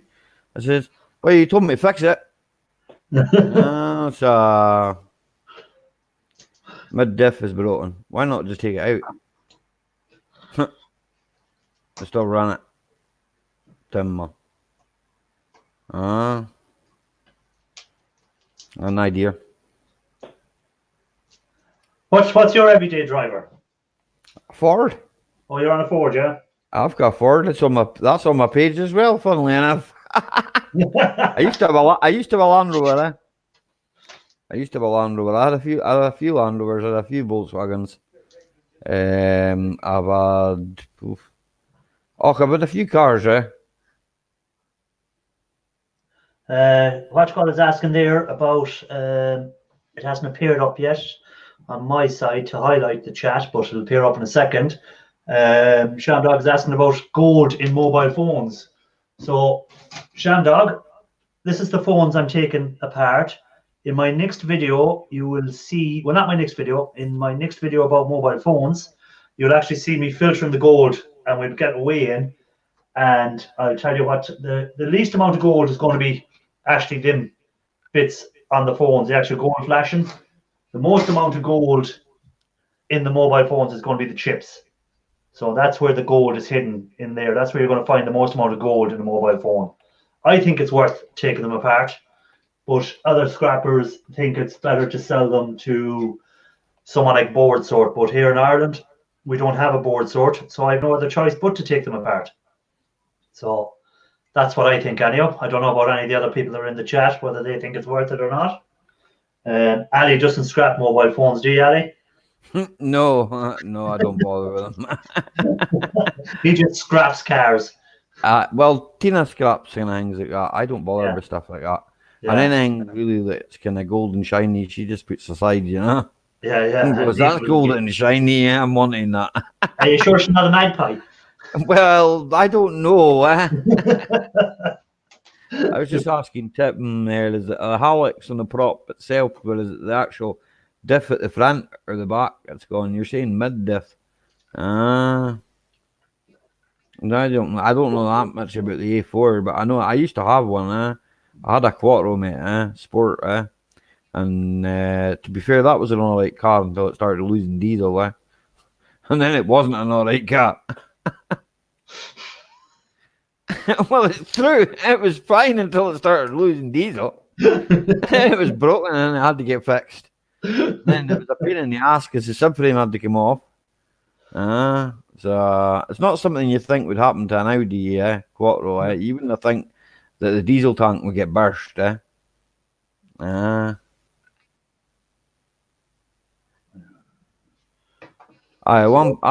what I had, a 1.9 TDI Quattro. And a red one there. He's bringing his to the junkyard for his truck. 200 quid. They'll give That's him. just put $200 a game more than the game over here for that. Yeah. Here they want you to pay them to take I it hear they want you to pay. Aye. away. So they do. They want you to pay to take it away. It's crazy, man. Then here, see the dafties you do get when you try to sell anything. Here, I could write a book, man. Oh, some awful. It's the same here in Ireland. Like, if you try to sell anything, the weirdos. It doesn't matter what it is. You get the weirdest folks turning up to buy stuff.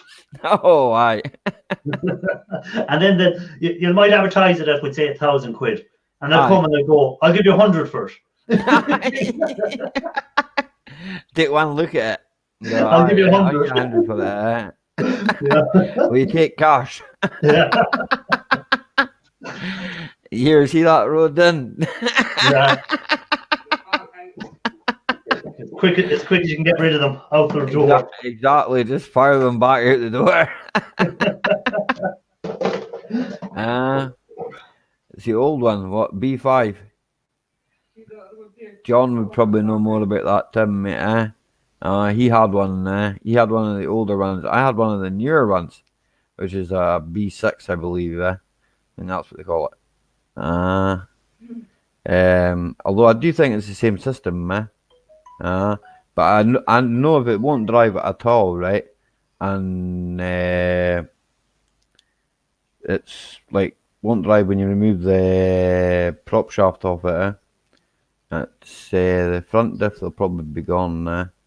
Well, you can't find. It'll be the front diff that's gone. It'll be like the IRD on a Freelander.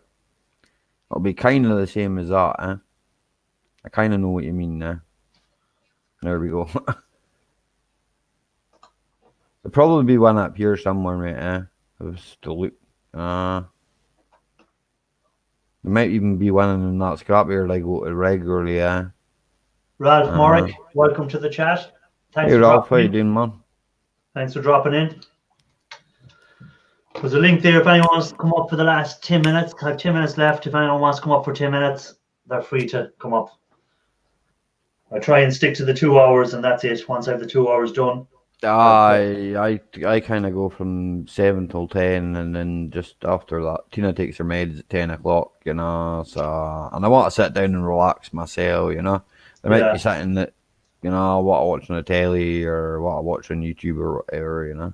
Yeah, well, I usually on a Monday, what I do is I edit any videos I have to. Well, when I say edit, I don't mean edit. I upload any video for the week. So a video done, I'll upload it now and I'll release it on. I'll set it to come out on Thursday.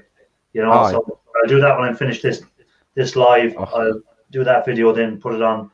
I put videos out sporadically. That's all I'm gonna say, because that's what I do. I just go out sporadically. But if I've been doing something or playing about with something, you know, I might film it, you know, and I might just stick it up. I can be bothered. I did something else earlier on for Tina, so I did something there for myself. It was a few minutes, you know. Yeah. No, I try and do the lives now every Monday, and I try and get a video out every Thursday if I can. All right. No, that's the plan anyhow. But it's not going to happen every week, but no. I know what you're saying. That's just it. All I do the Thursday, you know. I just go, like I say, Thursday 7 till 10, and talk about anything. I'm not bothered, you know. Let's just say we're there for the laugh and the crack, you know. Yeah, that's it. As I said, I don't think I'm going to get rich over YouTube. I'm just doing it for the bit of crack. Exactly, mate. Exactly. It's just here for the laugh and a joke, you know. And you get to talk to people from all over the world and see their point of view on things. You know? Exactly. I mean, there's many different ways of doing plenty of different things. And, you know, I've learned things off YouTube before, so I can't say, you know. Well, some of the best. Anytime anything goes wrong, the first thing you do is you go onto YouTube to see how to fix it. I know some of the best mechanics, you know. and even they go on YouTube, you know. So when you think about it, you just go, ah. You know, the bad Still thing, that big a deal, you know. yeah. Even now, trying to get my Windows sorted out, I've been on YouTube and I've done a few what they said to do, but it still hasn't worked for me. So I think I'm going to have to reload the whole lot again from scratch. But What happened with your Windows? Like, I don't know. It just keeps telling me to activate Windows for some reason. Good day, people. I thought I'd do- just jump on for a few minutes. oh, I'm only on activation. for 10 more minutes, so. Have you got the code for it? Like, Yeah, well, I haven't anymore because it was on the bottom of my laptop, but the sticker wore off over time. I know what you're saying. I've got one here. It's got a code in the door, and I've got another one over there that doesn't need a code. It's a wonderful one. Yeah, but you'll never need a code for that ever in your life. Johnny, you can buy a Windows license for like $12. So yeah, I'm going to have to do that. Yeah, they're not expensive. I had to, not anymore. No, I didn't download a dodgy copy or anything. It's the original copy that came with it. That's the same as us. And it keeps telling me now to activate Windows, and it just it keeps coming up with an error code every time I try to do it. And I downloaded. What I've done is I updated Windows, and it still hasn't solved it. So I'm going to have to buy another license. It's the only way around. I've had no problem on this one or that one over there at all. That's weird. Welcome, how are you doing, gentlemen? How do? Great to see you all. Hello, Rafael. Hi, Raphael. Hi, Ralph. I'm scrapping out mobile phones at the moment. That's what I'm scrapping out all my old bottles. I just got some leftovers, so just empty them out and cut the cap off. Yeah, that's hard work. Yeah. Yeah, it is. And there is one more thing what I was working actually today, and last few evenings. I don't know if you see that bright shine in here. Are you replacing the lights? Keyboard. Oh, you got a new keyboard. Oh wow, that's a metallic one. That's a lot better. You won't lose screws down that one. You see, there is no place between the keys. That's the main point. Screws and stuff down the side of it. That's a lot better. And it comes from scrap actually. And that's always good. A lot of trouble. I did make video about repairing them. And it's gonna be out tomorrow. I'm actually at editing right now. Cool. Yeah. Well, that's I'm going. As soon as I'm finished this live, I have to upload a video that I'll have out on Thursday. It's just a scrapping out a few different things. It's a bit of this and a bit of that, as I say. It's not too big, but that's what I'll be doing when I finish this one. I'm glad to see Ralph's little helper is still there beside him. Oh yeah. I'm gonna keep him alive until it's better weather. Then he's going to melt like a snowman. Where's your one gone, Raphael? Oh, there he is. He's got one more big belly. He has a little Popeye-like hat. It's like just change his hat for just something different. Anyway, it looks like a little sailor hat. It does. Yeah. I was just in my dumpster room, and I actually filmed a tiny bit of the dumpster diving. There was a whole stack of old photo frames in there, and one of them was made of aluminium. So, of course, I took that apart. So, not that much in weight, but this is some good, clean aluminium. And I got a lot of frames and stuff and profiles. So, that's going to be a nice melty pile. That's what I was going to say, it'd be good for melting. Yeah. Oh, just melt it. Yeah, I'm just gonna melt it. Something with it. Yeah, exactly. And at work, I scrapped or replaced a couple of boards from a washing machine, like the main panel and the main control board. So nice big extruded, and a couple of more of these relays that have little copper in them, and some of these blue M&Ms, and pins here are all silver-plated brass, I think. And this one actually has golden fingers. Oh yeah. So yeah. Do you ever come across any boards that are really good on them now? You know, some of the No, it's all crap. But you know, some of the newer ones that are like linked to your computers or linked to your phones and that. Is any of them? They're all the same. The ones with the Wi-Fi. I haven't seen those yet. No. Yeah. I'd just love to see what the boards are like on them. Yeah, there's probably like a little Wi-Fi board in there, and I got Yeah, a motor out of a Supposed to dryer. be nothing extravaganza on them. It's gonna have like extra tiny slot. Let's look. This might have copper in it, by the way. Mhm. Or it might be Chinesium or Chinesium. Chinese. No, and I aluminium, think this that one is doesn't actually matter. copper He'll just because melt it I've anyway. taken these apart before. So He'll just melt it anyway, so it doesn't matter.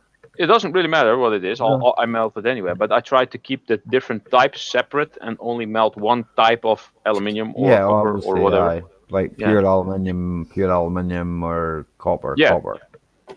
And there's also a difference between sheet aluminium, extruded aluminium, cast aluminium, and aluminium cans.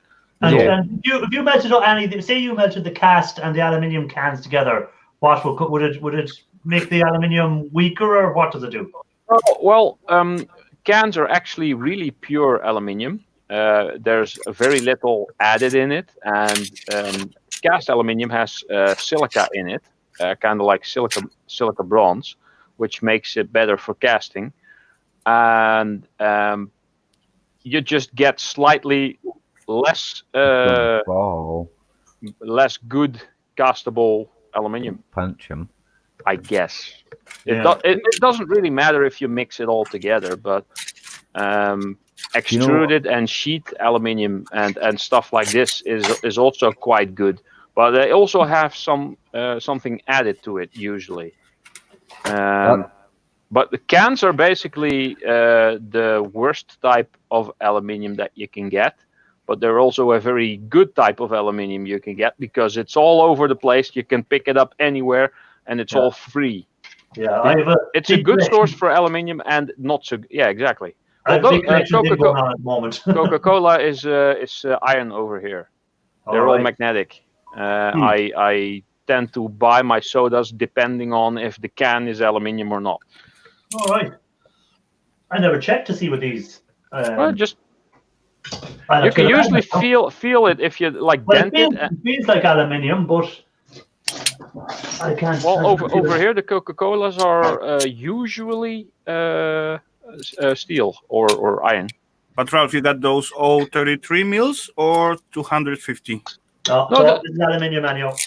Yeah, that one, that size, that's 033. Yeah. Okay.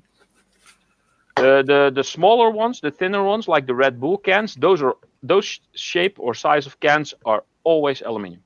Do you know? I haven't seen a single one that is iron. I never see iron one in here so Yeah, far. no, there seem to be all aluminium over here. What, the cans? Yeah. Yeah. Aye, there's a law against them being iron. They're not allowed to be iron. Really? Aye. Aye. It's So you're That's getting your been close. like He's that getting his for iron years, in. been like that since years. Really? Wow. Aye. We still have iron cans. You Nah, can the Dutch easily don't- tell when the can is the empty Du- and the Dutch you obviously don't care much about recycling, and yeah, you can tell because it's very easy to squish, and Then, the iron ones are really thick. Zombies are And coming. Well, you zombies? believe Oh, yeah, anything. there is one can what it's iron, but it's only those 1 liter can of beer. It's called Fax, I guess. Aye. no fucks were given. Well, Fax making or Fax, something like that. Anyway. What does the fox say? Ding ding ding ding ding ding ding. No, that's the Crazy Frog. So, No, that was the same song. Oh, really? Yeah. Is that John Ladd the farter that sat over there, the copper man? Raphael. Maybe. So Raphael, what's your video about this one coming out? About those keyboards, because I did take them apart, try to put new wire on it, and it's come out like crazy long video. I speed it up like 400%. 400%? Oh, wait, Yes. that's 4 times faster. Wait, I was thinking you sped it up 400 times. Never mind. It's still the same. That would be right? like, gone. Anyway, come out Beginning like and end. half-hour video, but I'm gonna post it anyway, and want to see what's gonna happen after that. Anyway, I did take it apart, find out it's totally wet inside, so I dry it with the paper towel. Later on, I just leave it for a few days to just dry out naturally. And try to check it out, give it a cord, put it in, doesn't work. Why? What's happened? Then I realized I forget to connect all the plugs. All the leads, aye. One plugs I forget. So again, take it apart, connect all plugs and so on. Does work. Put it all back together, stopped work. So again, open it up. And yeah, a few times after it's begin to work, and now it's on testing stage. So now it's all working. Yeah, it is all working right now, but I don't know how long it will work. It's like my chair. It's unreliable. Like most women. What? I just try and figure it, I will try Stop it it, in a Ralph. few days and see if something. Did you watch is my wrong with it. latest video? Right? Because you got on well with John Ladd. Right? Okay, that's all I'm going to say, right? Okay. And my last video, right? Okay? I'm going to check he that was out. on- Aye, right. I want to say no more of that, right? You'll get on well with him, man. That sounds. Everyone has to go now and check that video out to see what he means. Exactly. That's a good way of promoting your stuff. That's no bad, Yeah. He's going to see all the new views going up on it this evening. Scrapping Irish should actually time you out for that. You're promoting yourself on his channel. That's against YouTube guidelines. You can come over and do that on mine. I don't care. Yeah, I don't mind if people promote their channel at my stream I or don't something care. like that. As far as they do it, like not spamming way. Yeah. Not putting link every 2 words or something like that. That's all fine, No, I'm not doing that. because we are actually all meeting all together to promote ourselves and further. True. Exactly. Big Country's back. Big Country. Chat. Big Country, welcome, sir. I did see Big Country put some videos Google. today. Yeah, he's doing a lot of videos lately. Yeah, I Big got Country. watch later. He is. He's doing a lot of videos. I watched 2 of them today, so I did. Okay, I was I watching. still need to catch up on long many people. videos. I don't watch it yet, but I see notifications so far, so that's Yeah. good. And we got I Frugal also- Farmer. Welcome. I need to do some videos myself. I'm completely out of material. Yeah, I try. As I was saying earlier, I try and get 1 video up a week and 1 live. That's the plan at the moment. So it is, but it's not going to happen every week. But that's the plan.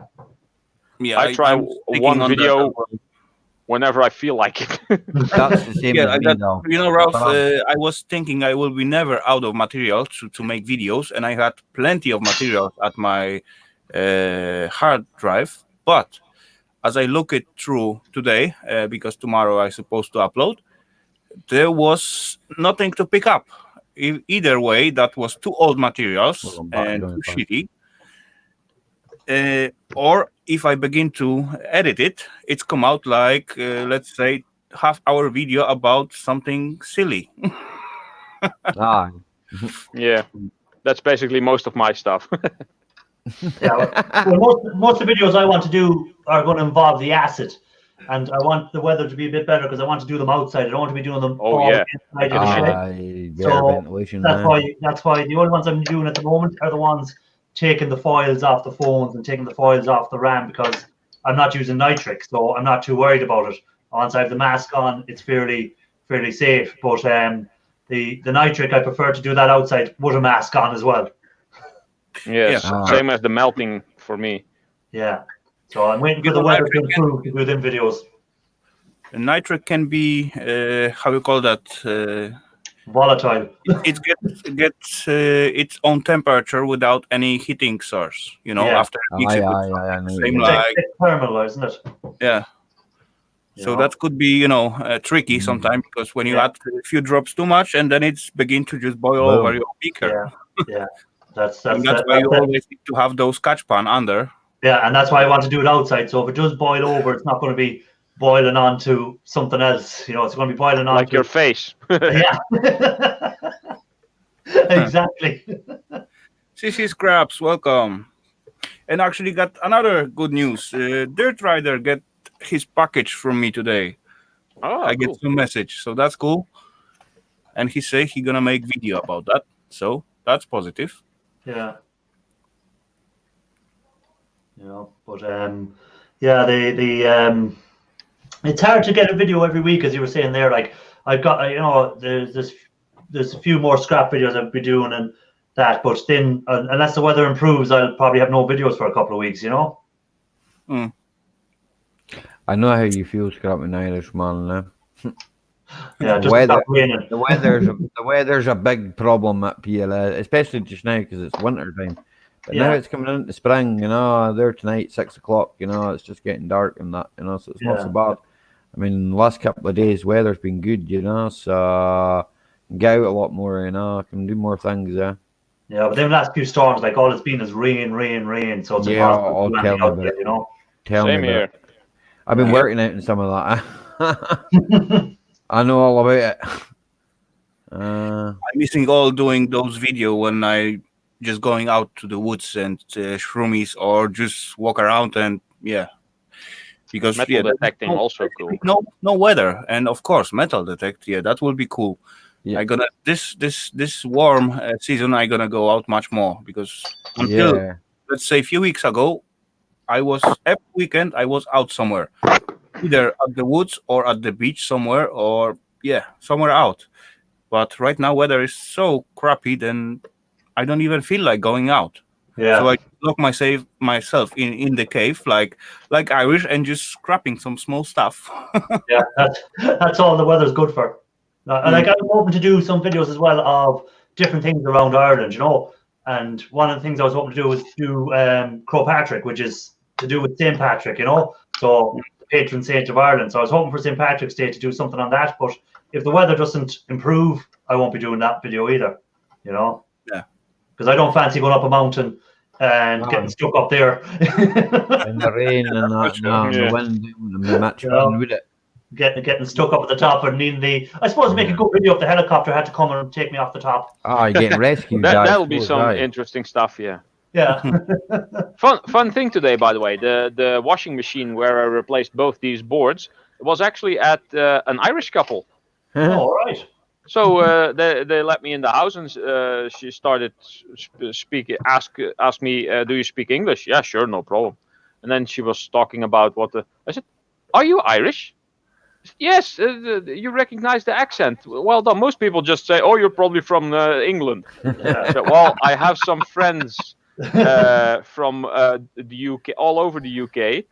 And there's one in particular that I watch a lot who is actually Irish and sounds exactly the same, which is, of course, Scrapping Irish.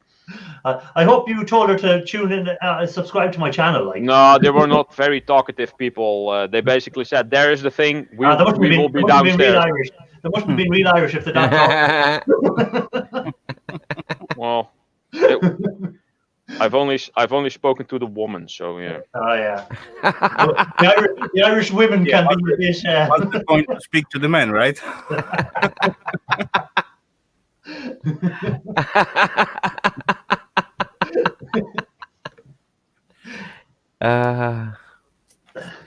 Right, guys, I'm gonna jump down there. Right. Oh yeah, Yes, you hit the 2 hours already. So I Well, I'll yeah, stay 5 more minutes. I'll stay till 15:15 and then I'm gone. all right. I'm Yeah, gonna I'll bounce go. down anyway, guys. Right. All right, Ali. Okay, Thanks for popping in. We'll catch you all later on the next one, right? Yeah, See you thanks around for the coming back. up. Later, Right, Ali. right. Yeah, so the scrapping, as I say, the weather, it's all kind of weather related, isn't it? What you Yeah. can do, you know. Yeah. Well, the scrapping not so much, but Well, the videos for the the scrapping. videos, yeah. Yeah. Dumpster diving in the rain is also not so much fun. Yeah. Well, Yeah. we don't do any dumpster diving isn't a thing over here because there isn't that many people have access to the dumpsters. It's more all like refuge collected in bins. There's no real dumpsters around. You Yeah. know? And the dumpsters are locked away behind walls. I Yeah. usually go to places where there's renovations going on, and Yeah, they have these really big skips in front of the house, and yeah, I just see people working there, usually on like Saturday or so, or maybe there's not even anyone there, and then I just go and look in the skip if there's any like wires and plumbing sticking out. I just ring the bell and ask, is this going to be thrown away? Yeah. So do you mind if I take anything out of this if it's going to be thrown away? And you take the whole thing for all I care. Just leave the skip because we kind of paid for that. yeah. I But said, all right, I'll get the over car. here- Helping Over them. here, if you done that, to be afraid, if you knocked on the door and you said you're going taking something out of the skip, they'd be afraid that it was going to be worth money and they probably wouldn't let you have it. They'd go, what are you taking? And they'd be wondering why you're taking it because they think it's worth more than it is. Yeah. You know? Well, yeah. Some people asked, well, what are you going to do with it? I said, well, then I showed them my little muffin, which I now always keep around. I said, oh, I melt metals for a hobby. This is my little aluminium made out of cans I found on the street. One of the first things I made. I think I still have my older videos are about making muffins, I think. So I showed them that, and I said, well, I collect metals just for melting and like old wires and plumbing and whatnot, and just for fun. And then they say, oh, that's quite cool. Just take it all. If I tell them that I'm going to be taking it to the scrapyard and making a shit ton of money on it, then they're saying, oh, then I'm going to do that. Yeah. That's the thing. If people see you taking stuff, they think it's worth more than it is anyhow, and they probably don't want you to have it. You know. Yeah. You know, at the first point they could see the profit on it, but as they see the whole process, you know, to getting it process it and then sell it out. Yeah, especially if it's many of them will electronics. resign on it. Yeah. Not only at the electronics, because let's say, for example, just copper. If you know, people see one guy collecting copper and he get, let's say, 1 kilogram of cables out of their skip, right? Yeah. It's almost worthless. Yeah, 1 kilogram over here of the cables guy, is about 150. Through the, let's say, 20 skips or something like that, he get 20 kilos, and if he strip it up, then he gets clean copper price, right? Yeah, true. Yeah, It's all about volume. So it's all about the volume, the amount of it you can get. Yeah, exactly. As I say, that's the same with this e-waste. Like if I'm just scrapping out 10 or 12 phones, it's not worth putting in the acid. I have to have at least 100 pieces. 500-600 preferably. I make myself bigger for this. So I have one full tub of boards. Yeah, that's good batch. All stripped down. Then I have another one. And then I have another one. And I've already done 2 tubs that are in the acid at the moment. So I think I had about 1,200 phones. Wow. So That's gonna be good. we'll see. Last time I did make those 60 phones. I start some series of video. Yeah. It was involves about 60 phones, and so far I think I got about either 2 gram or 4 gram. I'm not sure. Well, that's good. I'm expecting, well, I'm hoping out of all them phones that I'll have maybe an ounce. Okay, so Between that's An ounce is how many grams? 30. over 31 point some. Yeah. I guess. Okay. Over here, an ounce is 100 grams. How can an ounce be different in different countries? Because our ounces are different. And a pound over here is 500 grams. And All right. a kilogram is 1,000 grams. Which is the same here. Yeah. I know only two ounces. There's troy ounce, and I'm not sure what the second Or one is an ounce 250? Now I'm gonna have to look this up because I rarely use the term ounce. I only use kilos and grams. Yeah, so do I, but basically they measure in ounce. Gold, they always price it in ounces if you're looking online. Gold is priced by the ounce. And there's difference between the troy ounce and ounce. Yeah. Oh wait, that's weird. There's not big difference, about 2 grams, I guess. 1 ounce, it says. Ons massa. 16 van ons. Is that for me, Tim? You're asking me where did I get all my mobile phones, is it? We got Bruce Napier in the house. Welcome. Bruce, welcome. And he explained Troy ounce is Imperial ones. No. Ounce. See, I knew someone would have the answer to that one. Tim, I got all the mobile phones from a few sources. I got a lot of them from a mobile phone repair guy. So he used to just throw them in a bin and keep them there. So he was shutting his shop, so I got all them. And then I got another lot from a company who would give mobile phones out to their staff, and they had about I think 2,000 staff, and maybe 1,000 of them used to get a new mobile phone every year because they were like on the road. So when all the phones were being replaced, I got all the old phones. So that's where I got my mobile phone boards. Yo, Irish, one little thing. Do you counting your acid before you begin your process your stuff?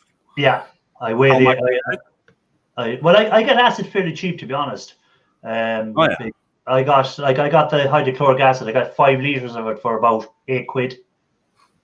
€8. Okay, I did some countings long time ago when I began to learn, and you can take a screenshot. Hold on now, let me make you bigger for a minute. Okay. So you can see exactly how much acid you need in milliliter for weight of iron, or not iron, sorry, metal inside. Metal, yeah. Well, what I do is I put the acid in the bucket, and I'll keep doing the boards, and I'll keep doing them until I see that it's not taking the gold off anymore, and then I just add more, freshen it up. I'll take out a certain amount of acid, and I'll put in more hydrochloric acid and just go again. That's what I'm doing at the moment. Yeah, as far as you got loads of acid, that's all fine. Yeah. But when you get at my stage, when I have tiny bit on the bottle left and something, then you need to use it wisely. Yeah. No, as I said on the last one, I have at the moment out there I have 30 liters of hydrochloric acid, and I have 70 something liters of nitric. So I don't think I'll run out of nitric for a while. Yeah, that's for sure. Yeah. Okay, apparently so the Netherlands, we made our own ounces. 100 grams over here is 1 ounce. Okay. Yeah. And 1 pound is 500 grams, and 1 kilogram is 1,000 grams. Yeah, basically. so the kilogram and the 1,000 grams is the That's same. actually not even in the metric system, because in the metric system, I think an ounce is still 30 grams. Which is quite difficult to divide a kilogram into ounces, because then you get like, what was it, 1/16? 16 ounce in 1 old pound. Then you get to what, 480 grams, which is quite close to the 500 gram pound. Yeah. I think that the metric for everyone, way easier. Yeah. And I go with the metric. yeah, it's the easiest. Just stick to grams. But no, the acid, as I was saying there, I don't have an issue with the acid. I just keep refreshing it up, and once I've done all these boards, and then if I put these boards in, I see the gold isn't coming off them, I just take out a certain amount of that, and I just add more, freshen it up with hydrochloric, and away they go again. You know. And again, the price, because I'm getting the acid cheap at the moment, it doesn't really come into it as a factor. If I was paying what some of the people I see paying for nitric, like I see people pay 30 or 40 quid for a litre. I bought 37 litres of it from an actual chemical company, so it is the proper stuff. I bought it for 80 quid. That's not bad, I guess. Would like to have that opportunity, but yeah, it's still possible ways to do it without nitric. It takes a little bit more time, a little bit more heating, but that's the reason I went for the nitric, because the weather over here, you don't get that many good days where you can be outside doing it. So I want to be able to get it processed as quick as possible. So you could be outside and make like a little canopy. canopy and be under the canopy. So if it rains, it doesn't rain on your stuff, but you still have the ventilation. Yeah. Well, over here, the rain kind of comes every direction. It's Rain from sideways. It comes sideways over So here. get a really large canopy and stand exactly in the middle. Yeah. But as well, actually, if you get nitric in such amounts, it's gonna almost never end. Yeah. Because you're basically using in just few drops by the batch. Yeah, well, that's what I'm saying. Like, I don't have to worry about nitric, to be honest. The only thing I have to worry about it is making sure that the containers don't get weak over time and it starts leaking. Yeah. As far you just playing with the gold, so you don't need to worry about. As you begin to play with silver, then much more nitric is involved in it. Yeah, the silver I kind of staying clear of because it's a lot. It seems to be a lot more complicated to get the silver than the gold. It isn't much more complicated, but it needs to be much more precise and clean. Yeah. One little drop of just rainwater or tap water can destroy your whole process. Yeah, really? yeah. Like if you get a little bit of tap water, if you pick up tap water instead of distilled water, it's ruined. Like you have to start all over again. Oh, okay.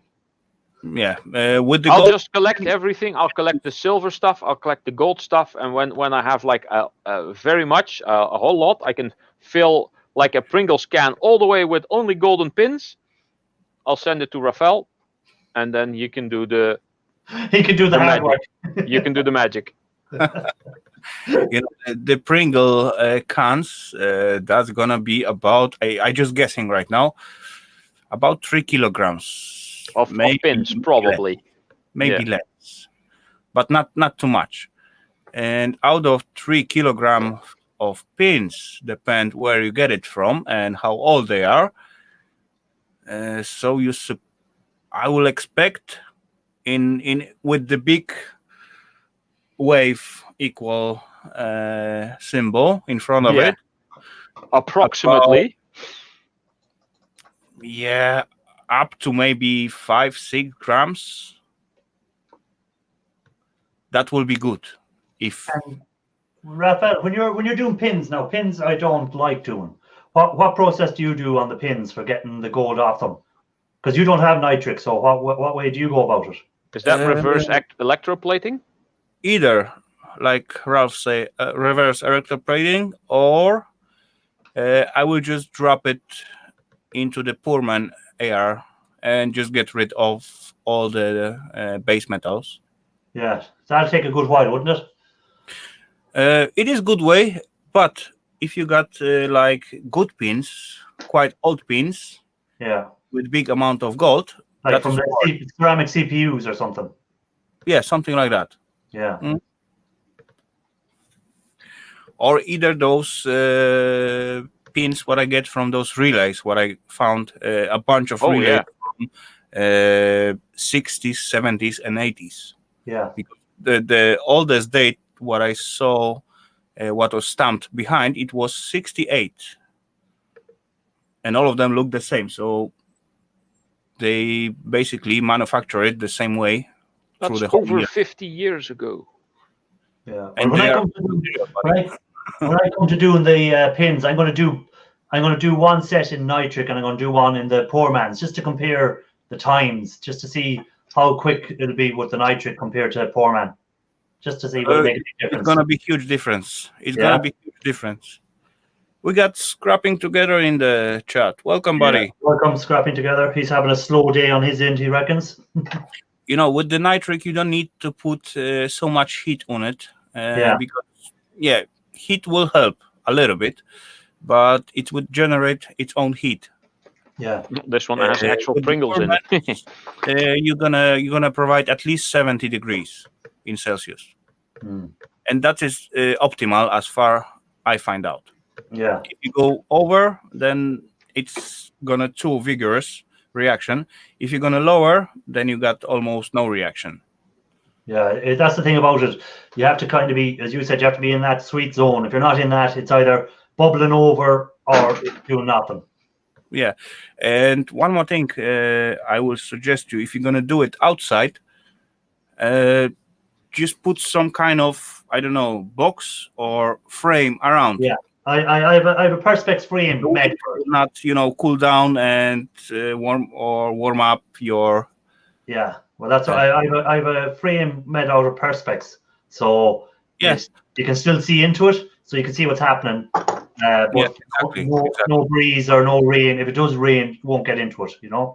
Yeah, rain will definitely kill all your, especially when it go inside. Yeah. And as you go and use nitric, always use cover on your beaker. Yeah. I'll have like a wash glass. As you put it in, it's gonna come out. It's begin to come out those red fumes. Yeah. Oxide. Something. Carbon oxide. You know what I mean. Yeah. Anyway, if you gonna put some watch glass or just a glass ball on top of your beaker, so everything go up, get condensed on the glass, And drips down again. especially if you fill it like with cold water or ice, then it will drop down again into the solution. You basically just refuel the solution again. Yeah. It's What it's was- small things but help out. What was Ralph doing there? What were you swinging, Ralph? Oh, it was this. It has the switch on it that you turn, that the big knob right. on the washing machine, and that kind of turns like. I just noticed that. It's silly.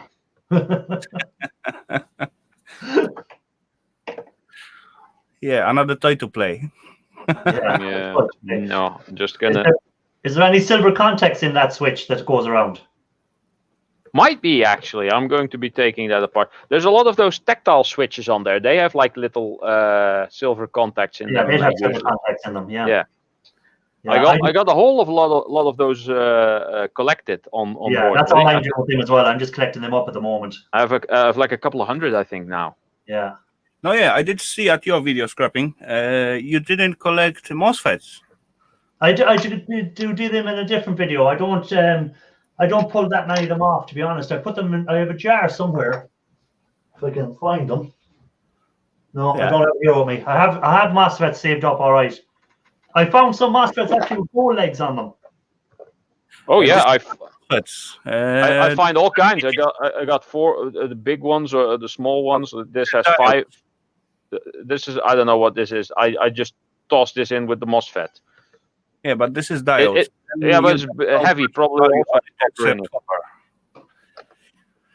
I just But want to put copper. MOSFETs, you can get some either gold if you're happy. Yeah, this is MOSFETs. Yeah. I found some of them with If gold. you look at the circuitry in its standing IC, this is analog IC chips. If it's standing something else, this is MOSFETs, transistor basically. Yeah. I got these with like a gazillion pins. This is IC chip. This is analog IC chip. Yeah, but it also has the copper plate on the back. But possibly you can find some gold in it as well. Yeah. Yeah, get some gold bonding wires. in Got the a chip. whole box of them. Yeah, sweet. Not that many, but yeah, Find them Getting- all. getting there. And stuff like this. This has like a big copper plate on the back. So Yeah. Oh, I yeah. found a few of them. I found a few of them. I'm probably just going to toss these all in my furnace at some point and just melt the copper out. Yeah. Not go. I was going not to go say, for the gold. Raphael, do you separate out your chips? Like I separate all my chips out when I'm doing them. I would say I keep. Oh, if I put myself onto big screen for a second.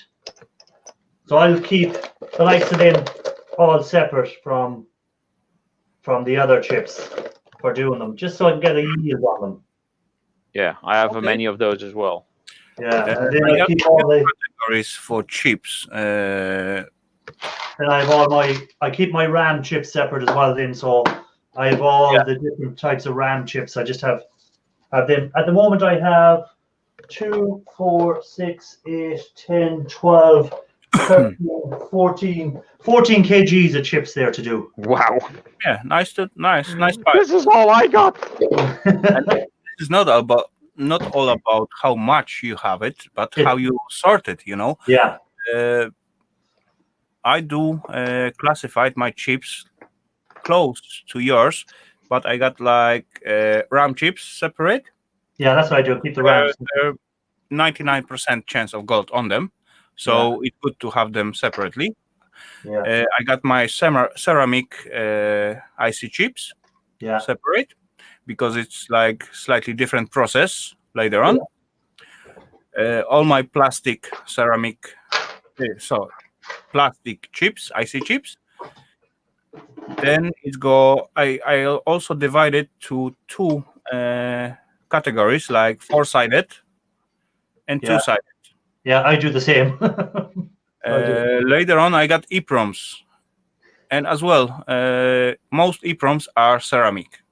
Yeah, I don't get much EPROMs as in the gold ones. I get plenty of EPROMs, like, but I don't get any with the gold in them at all. The gold little windows. I get few, but Well, I get very little, like, not get I them get- really often. yeah, I get like I have them EPROMs there now, but Ooh. you know, there's no window on them at all. There's if nice there's no gold window, flashing No, below, not EPROMs, buddy. under the thing. There's some nice gold flashing on there. What were you saying, Raphael? If there is no window, there is not EPROM. Yeah, no, It- I'm looking at the ones with the windows. Here we go. This is the pile I have to sort out. So they're the ones with the windows in them, but they're not gold. So I don't get many of them. I get them all right with the windows, but no gold in them. Actually, you will not see the self gold, but the gold behind those tiny silica chip will be always like silverish. Yeah, But but like I see, background some, like I see gold some of the, bar. I see some of the EPROMs, and you can actually see the gold through the window, but I can't see it at all on this one. Now I can see a small bit of gold bonding wire, but it's very little amount of it shown. But Let me try to find out one so you can see the difference between silver and gold one. Well, some of those old ceramic EPROMs, they even have gold pins, yeah, golden leg. legs. Those are quite rare. I don't think I've ever seen one in real life. No, I've never got any of them.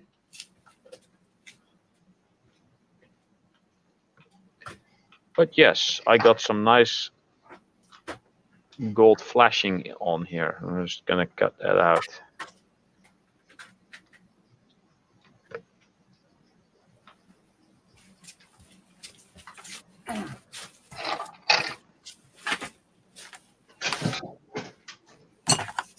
Okay, I got some samples.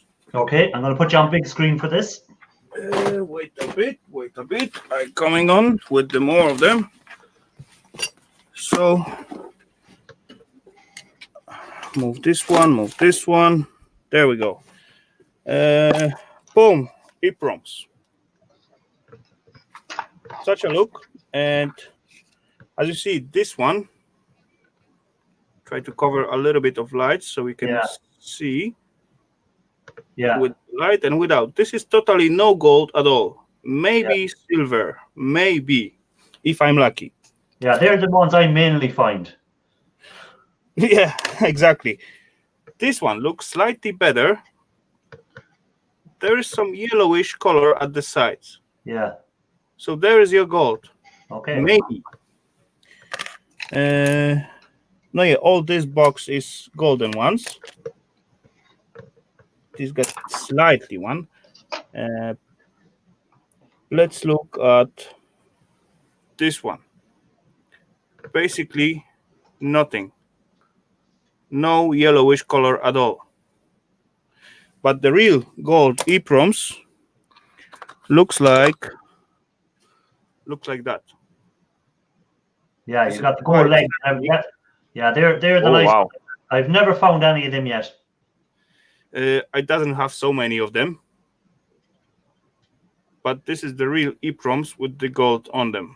And it has the gold legs as well, doesn't it? Yes, they are. They have gold legs as well. Yeah.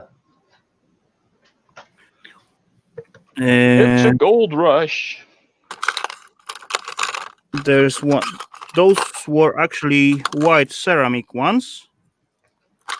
And there is one with the actually two with this normal color ceramic Oh yeah. as well, the same deal. And actually, if Okay. you look at this tiny place in here, oh, sorry for the light. Boom, let's hit it off. Now it's a little bit better. Oh yeah, you can see it there. Yeah. Gold legs, Yeah. even Gold in fish. here, it's sticking out something gold piece, Gold. and There's a whole gold layer in between, I think. Yeah. you can clearly see the gold. Yeah. It's almost like DLP chips. I used to have some What is a DLP chip? Is that from like a projector? Yeah. Projector or TVs. or the rear projected televisions had them as well. That is Okay. backside of DLP. So we got almost like at CPU the pins, Yeah. Oh wow. and front look just like so. Yeah. I have Ah. one or two of them as well, but I don't think I have them around. You know, you got always DLP chips under your camera in your phone. You know that? Yeah, Oh, yeah, yeah. yeah. That's true, but those are tiny. They're small. Yeah, they are small, but after you fish out or pick out those top part, you end up with the nice DLP chip. Oh, yeah. Anyway, the most of my favorite was that one, as I found them first. Yeah, they're nice. Them ones. They are cool looking. You know, at the top you see nothing. You just see tiny chip. When you flip it around, it's come out all those nice. Oh, is that a pinless one? They are actually Yeah. on a socket? Yeah. You get a lot of them in the, Huh? in the projectors. I found a few of them pinless ones in the projectors. Yeah. What else goodies I have in here in this, because this is my goodie box. They're special. Special one. There you go. Oh, the Intel Pentium Pro. Yeah, I smashed up a few of them in a video beforehand. They're ready to go into the nitric now. Okay, Oh. lucky you. So far, I got only one. Through all the years. I'm not lucky with them. I got a few of them. I think I got 5 of them in the pile I'm doing for the Okay, nitric, dropping them in. The closest I ever was to one of those was someone in my class who talked about owning a Pentium Pro at some point. Okay. Yeah, basically, that's all what I got to show for now, I guess. So at least you can see the. I cut out my little golden flashing circle from that Yeah. rotary switch thing. Oh, so there was gold plating on that. There was gold plating under it. Yeah. Oh, that was nice. Yeah. Yeah. Yeah. So no silver contacts, but gold plating. Look at the size of this crystal oscillator. Gee, Wow, that's a huge one. And I got one bigger somewhere. Have you come across any of them with gold in them? I don't know. I have no you, idea. you haven't broken them up yet, no? Didn't process them yet so far. Yeah. I came a couple of years ago when I smashed a few of them up open to see what was inside them when I was just learning about e-waste. I found a few of them had gold in them. Yeah, they do have either gold or silver. Yeah. Yeah, I'll be right back, guys. Okay. Give me 2 minutes. Well, Scrapping Irish is actually almost 40 minutes past his initial time. We might as well keep going to 10 o'clock now in my time. That's 11 Hey, o'clock. I got all night. I don't mind. I might as well do the last half an hour. So I'll put the link out in case there's anyone else wants to come up and join us until till 10 o'clock my time or 11 o'clock your time or whatever time it is. Time is irrelevant, like Einstein said. Yeah, it's irrelevant until you have to get up in the morning to go to work. Yeah.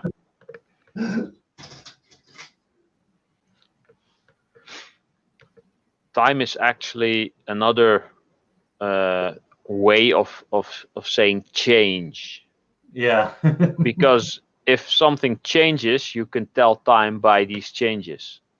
If everything, the entire universe, everything would stay the same, then there would be no time. Yeah, that's exactly it, isn't it? You can tell time by the seasons or whatever else it is. Yeah, by rotation of many different things. Johnny Five, welcome. Johnny 5. How are you today? Knackered. Not good?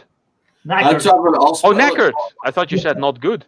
I had to have a hospital at 7:15 this morning. Oh. You what? Tracy, she had a back spine operation Oh, today. that's right. You had to go up to the hospital. Yeah. It all went well and that anyway. Good. She was still out of it when I went to see her. Was she talking like Oh, pure rubbish? Like. she was eating some toast, right? And then said to me, "Were you sharing with me? I can't eat all these." I said, "No, love, I can't." And she started proper bawling, crying. I said, "Love, I don't eat bread. I haven't eaten bread for years." She went, "Since when?" Oh, she was well out of it. I got Keen in a little doctor's outfit, and she was like walking around ward like she was running place. How long will they keep her in the hospital now? Overnight. Oh, is that all? Yeah. Yeah. Oh, Just a risk of infections. They like to get you straight home now after an up. Yeah. Sure, you're probably more chance of catching something in the hospital now than you do at home. Oh yeah, definitely. No? I bleached the house from top to bottom, antibacterial, the skirting boards, the hand. Corona. Corona. We've one case of corona now in Ireland so far. See, it's like 0.2% risk of it actually killing you at our age. It's just if you've got any like underlying issues. Yeah. The only way it's going to kill you if chest you related. if you were going to die anyway within like a year. Yeah, if you had an illness that was going to shorten your life anyhow. Yeah, or if you already had like some really bad infection or disease, or if you are really So what old is and it? really weak. Social media, because of social media now, anything pops up like this and it just fucking goes mental, doesn't it? Yeah, but sure, Yeah. it's even because of it now. It's affecting the stock market. Scrap prices are gone down. Oh, yeah. Gone down even. Yeah, China is really China on their exports and that. yeah. You know, but I thought Welcome, scrap Johnny. prices would go up, Good to but see they you, went buddy. down. They're saying it's biggest crash in stock market since the crash before. Yeah, people are beginning to panic. They're panic buying in New York. I was reading today. The shops are running out of food. Yes. You know. I've stocked up for about 3 months, mate. I'm not joking. Tin cupboard's jam packed. Can't get any more. I just food. order Chinese food whenever I'm out. The Chinese food is good deals at the moment, is it? Yeah, they're doing a lot of deals. Yeah. The only thing now at the moment, you can get good flights. Prices for flights to Italy are down because people are afraid to travel to Italy because of the corona. So the prices are down on the flights if you want to go now. But it get down really low. Yeah.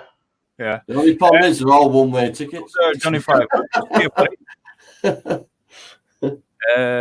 Tina's spark, I went bedroom. Yeah, I've big- got her doctor's outfit so she didn't feel so scared about it all.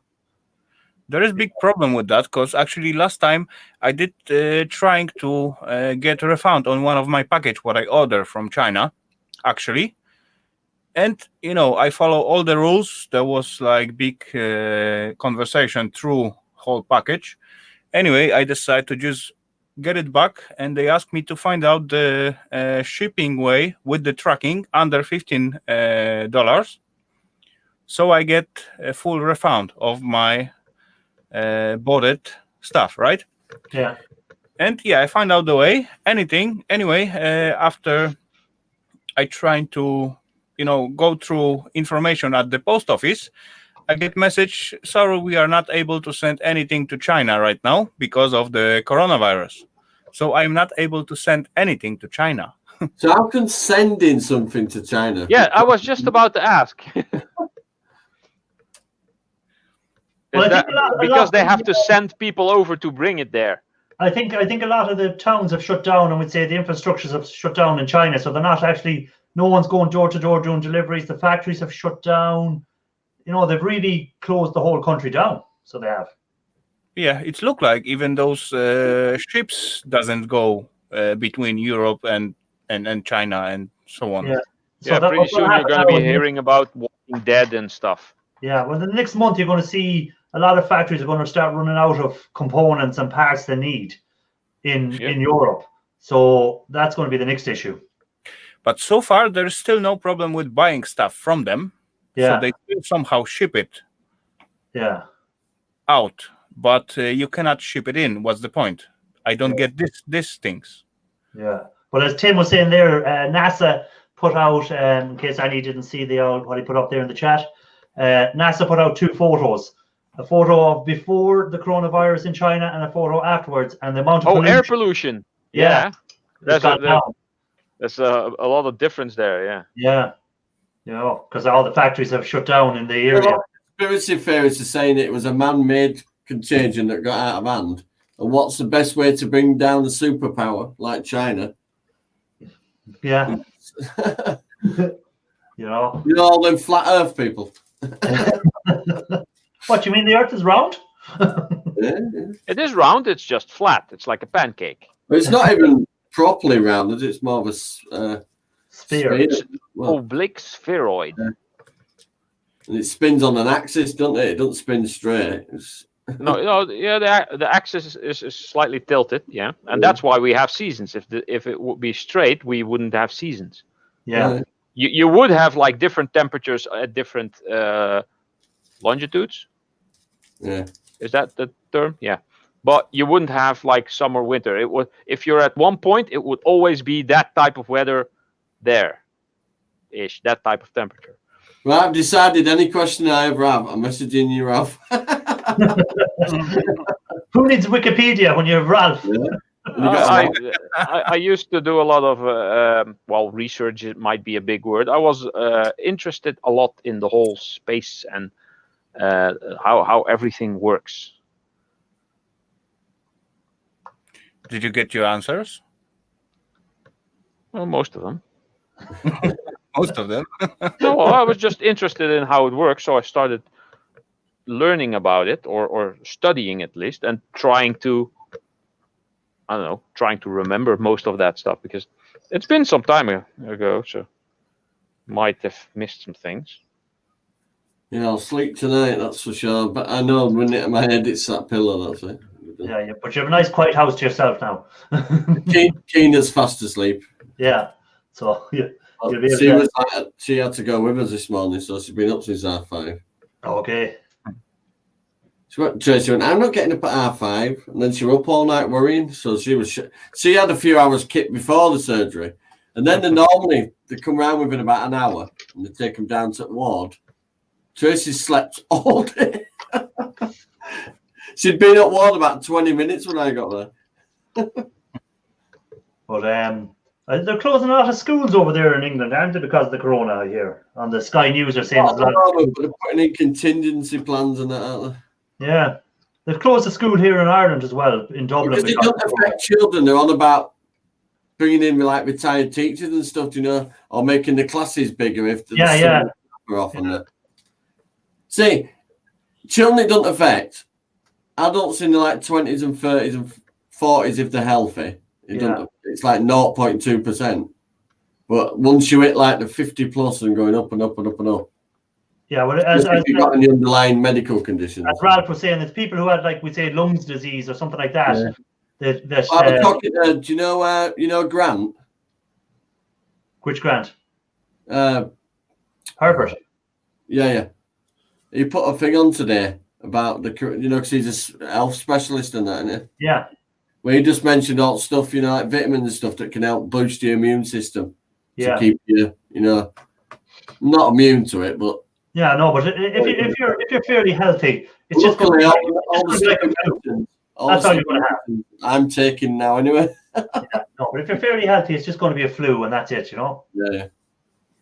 That's all you're going to have. Yeah. Okay, guys, listen up. I'm gonna go back to my editing because I will release it tomorrow.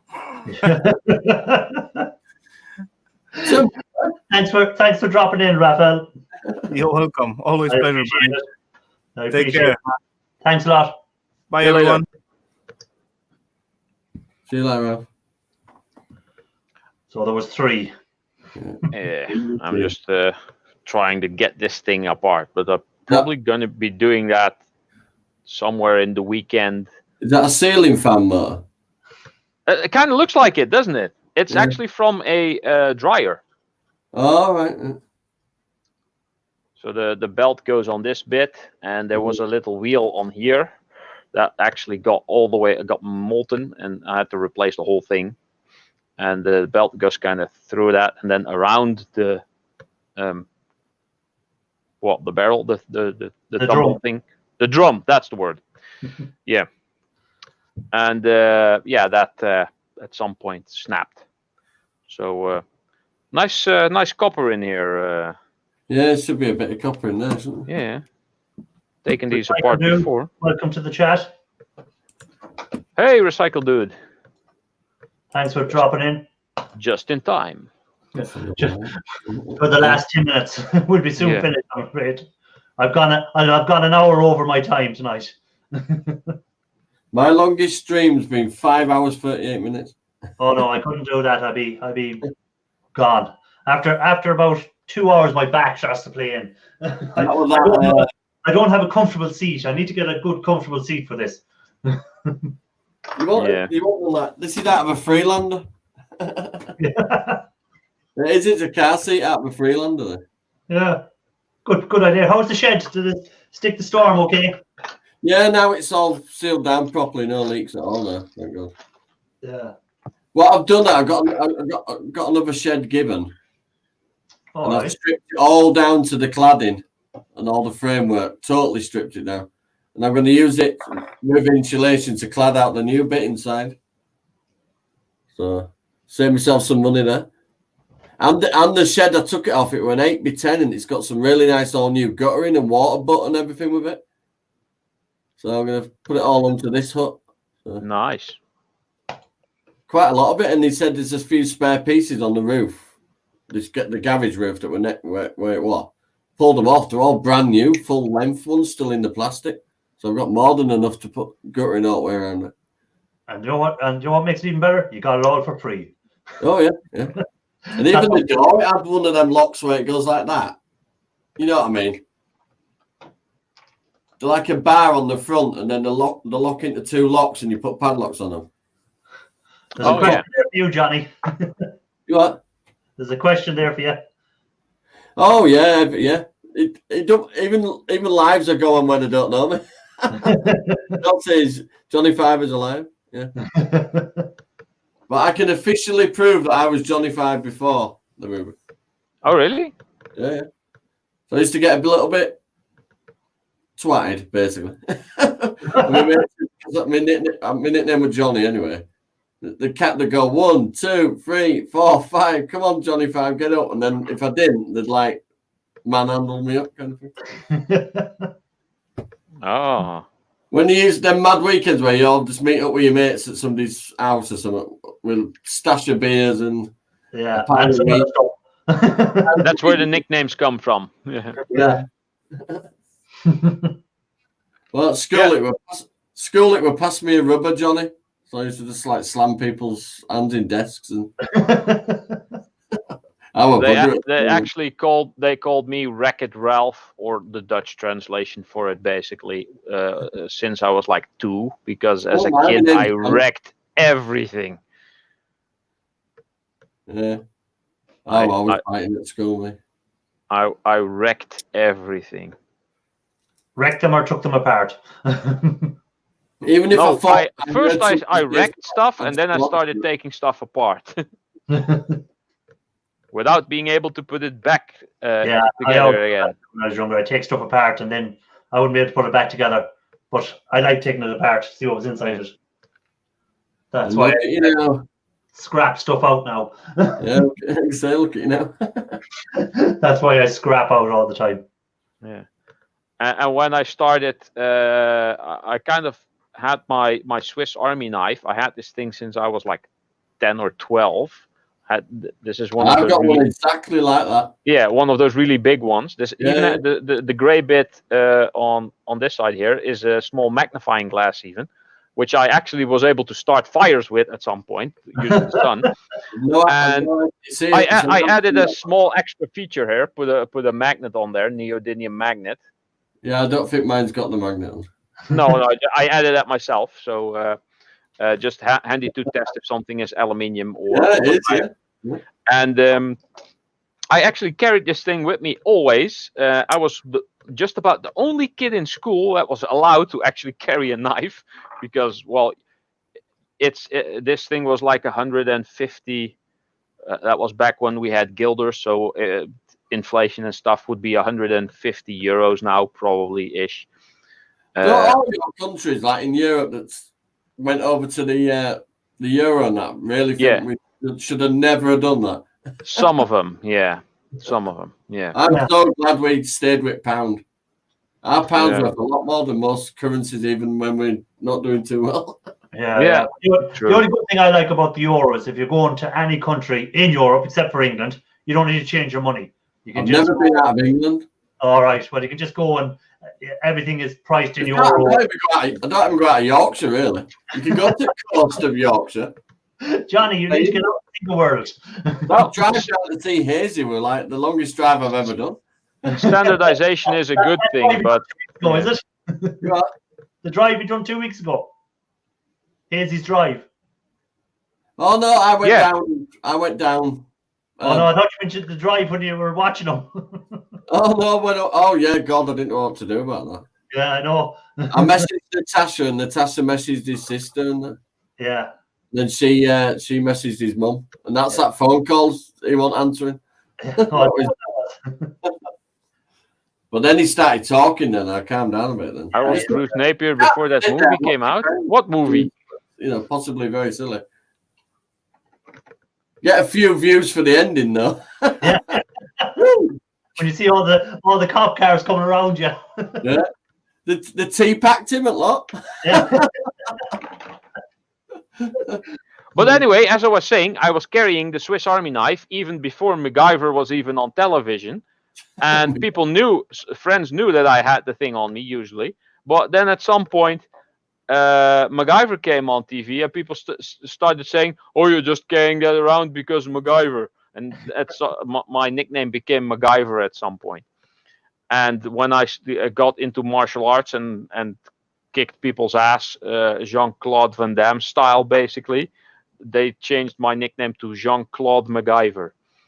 So I was basically a fighting badass and a smart ass. Yeah. But yeah, the Swiss. I think every young lad had a Swiss Army knife, so they did growing up. It was the thing to have. Or maybe a Leatherman. Those were slightly less handy because they're quite big. This is still small-ish. If you get a thinner one with less features, then they fit in most pockets. Now, how am I going to get this open? There should be more screws in here. I think I'm going to go have a cup of tea and crash. Yeah, well, I'm about to finish up in 3 minutes anyhow, so. Thanks for having me on anyway, mate. Yeah, no problem at all, Johnny. Anytime you're welcome. I'll keep with knowledge. Yeah. I'll catch you both later. No. Yeah, take it easy, Johnny. Later, Johnny. He's gone. He's gone. He's gone. He's gone. So how long have you been working for Whirlpool? Or since November. All right, okay. I think 4th of November was when I started. So yeah, it's been good so far. They pay well, and I get quite a lot of scrap. That's what I was going to say. You've good access to scrap. Yeah. Circuit boards and electric motors. Yeah. And I get a lot of copper. I get some Chinesium, aluminium, and some really fine copper. And last Friday, I parked in the street next to a plot of grass that had some trees in it, and there was a big CRT television there. And when I was done at the customer and I had to drive off, I just quickly opened the back of my van and tossed in that big CRT television and drove off. And I took that apart a couple of days ago. And when I came home, now there was some space in the dumpster. So I tossed the carcass in the dumpster. Yeah, there's the nice copper in the CRTs, but they're harder to find now anymore. They're really all gone. Yeah. You know, there's always you rarely see a lot of copper in them. I like the degaussing cable. That's the easiest to get. Yeah. It's a nice big chunky piece of copper going around, isn't it? Yeah, if you twist it into like a little bar, it's almost an ingot by itself. Yeah. It's easy to melt. Yeah. But there's not too many CRTs left now. So Nope. No. And when there were, I had no idea that it was interesting. yeah, well, I knew they were interesting, but I had no space for them. I could have got hundreds of them because I worked for a company that we sold televisions. Oh yeah. We used to take back the old TV for dumping. Oh yeah. So if I had anywhere to store them, I would have had hundreds and hundreds and hundreds of them. You should have just taken the panel off, ripped out the yoke and the degaussing cable, and then Yeah. screwed the thing back Back together, together. and then dump it. That's what I should have done. All I Yeah. used to do, I used to just cut the cords off them. So I kept all the cords when they come back. I used to cut Well, the cords that's off. at least something. Yeah. That's what I used to do, cut the cords off them. So that's it. We made it to 10 o'clock my time, 11 o'clock your time. Yes. So I'm going to call it at that until next Monday. And I'll have a new video out on Thursday for anyone that wants to watch it. And thanks for being on it, everyone that's been in the chat. See you all later. Take it easy, guys. Bye bye.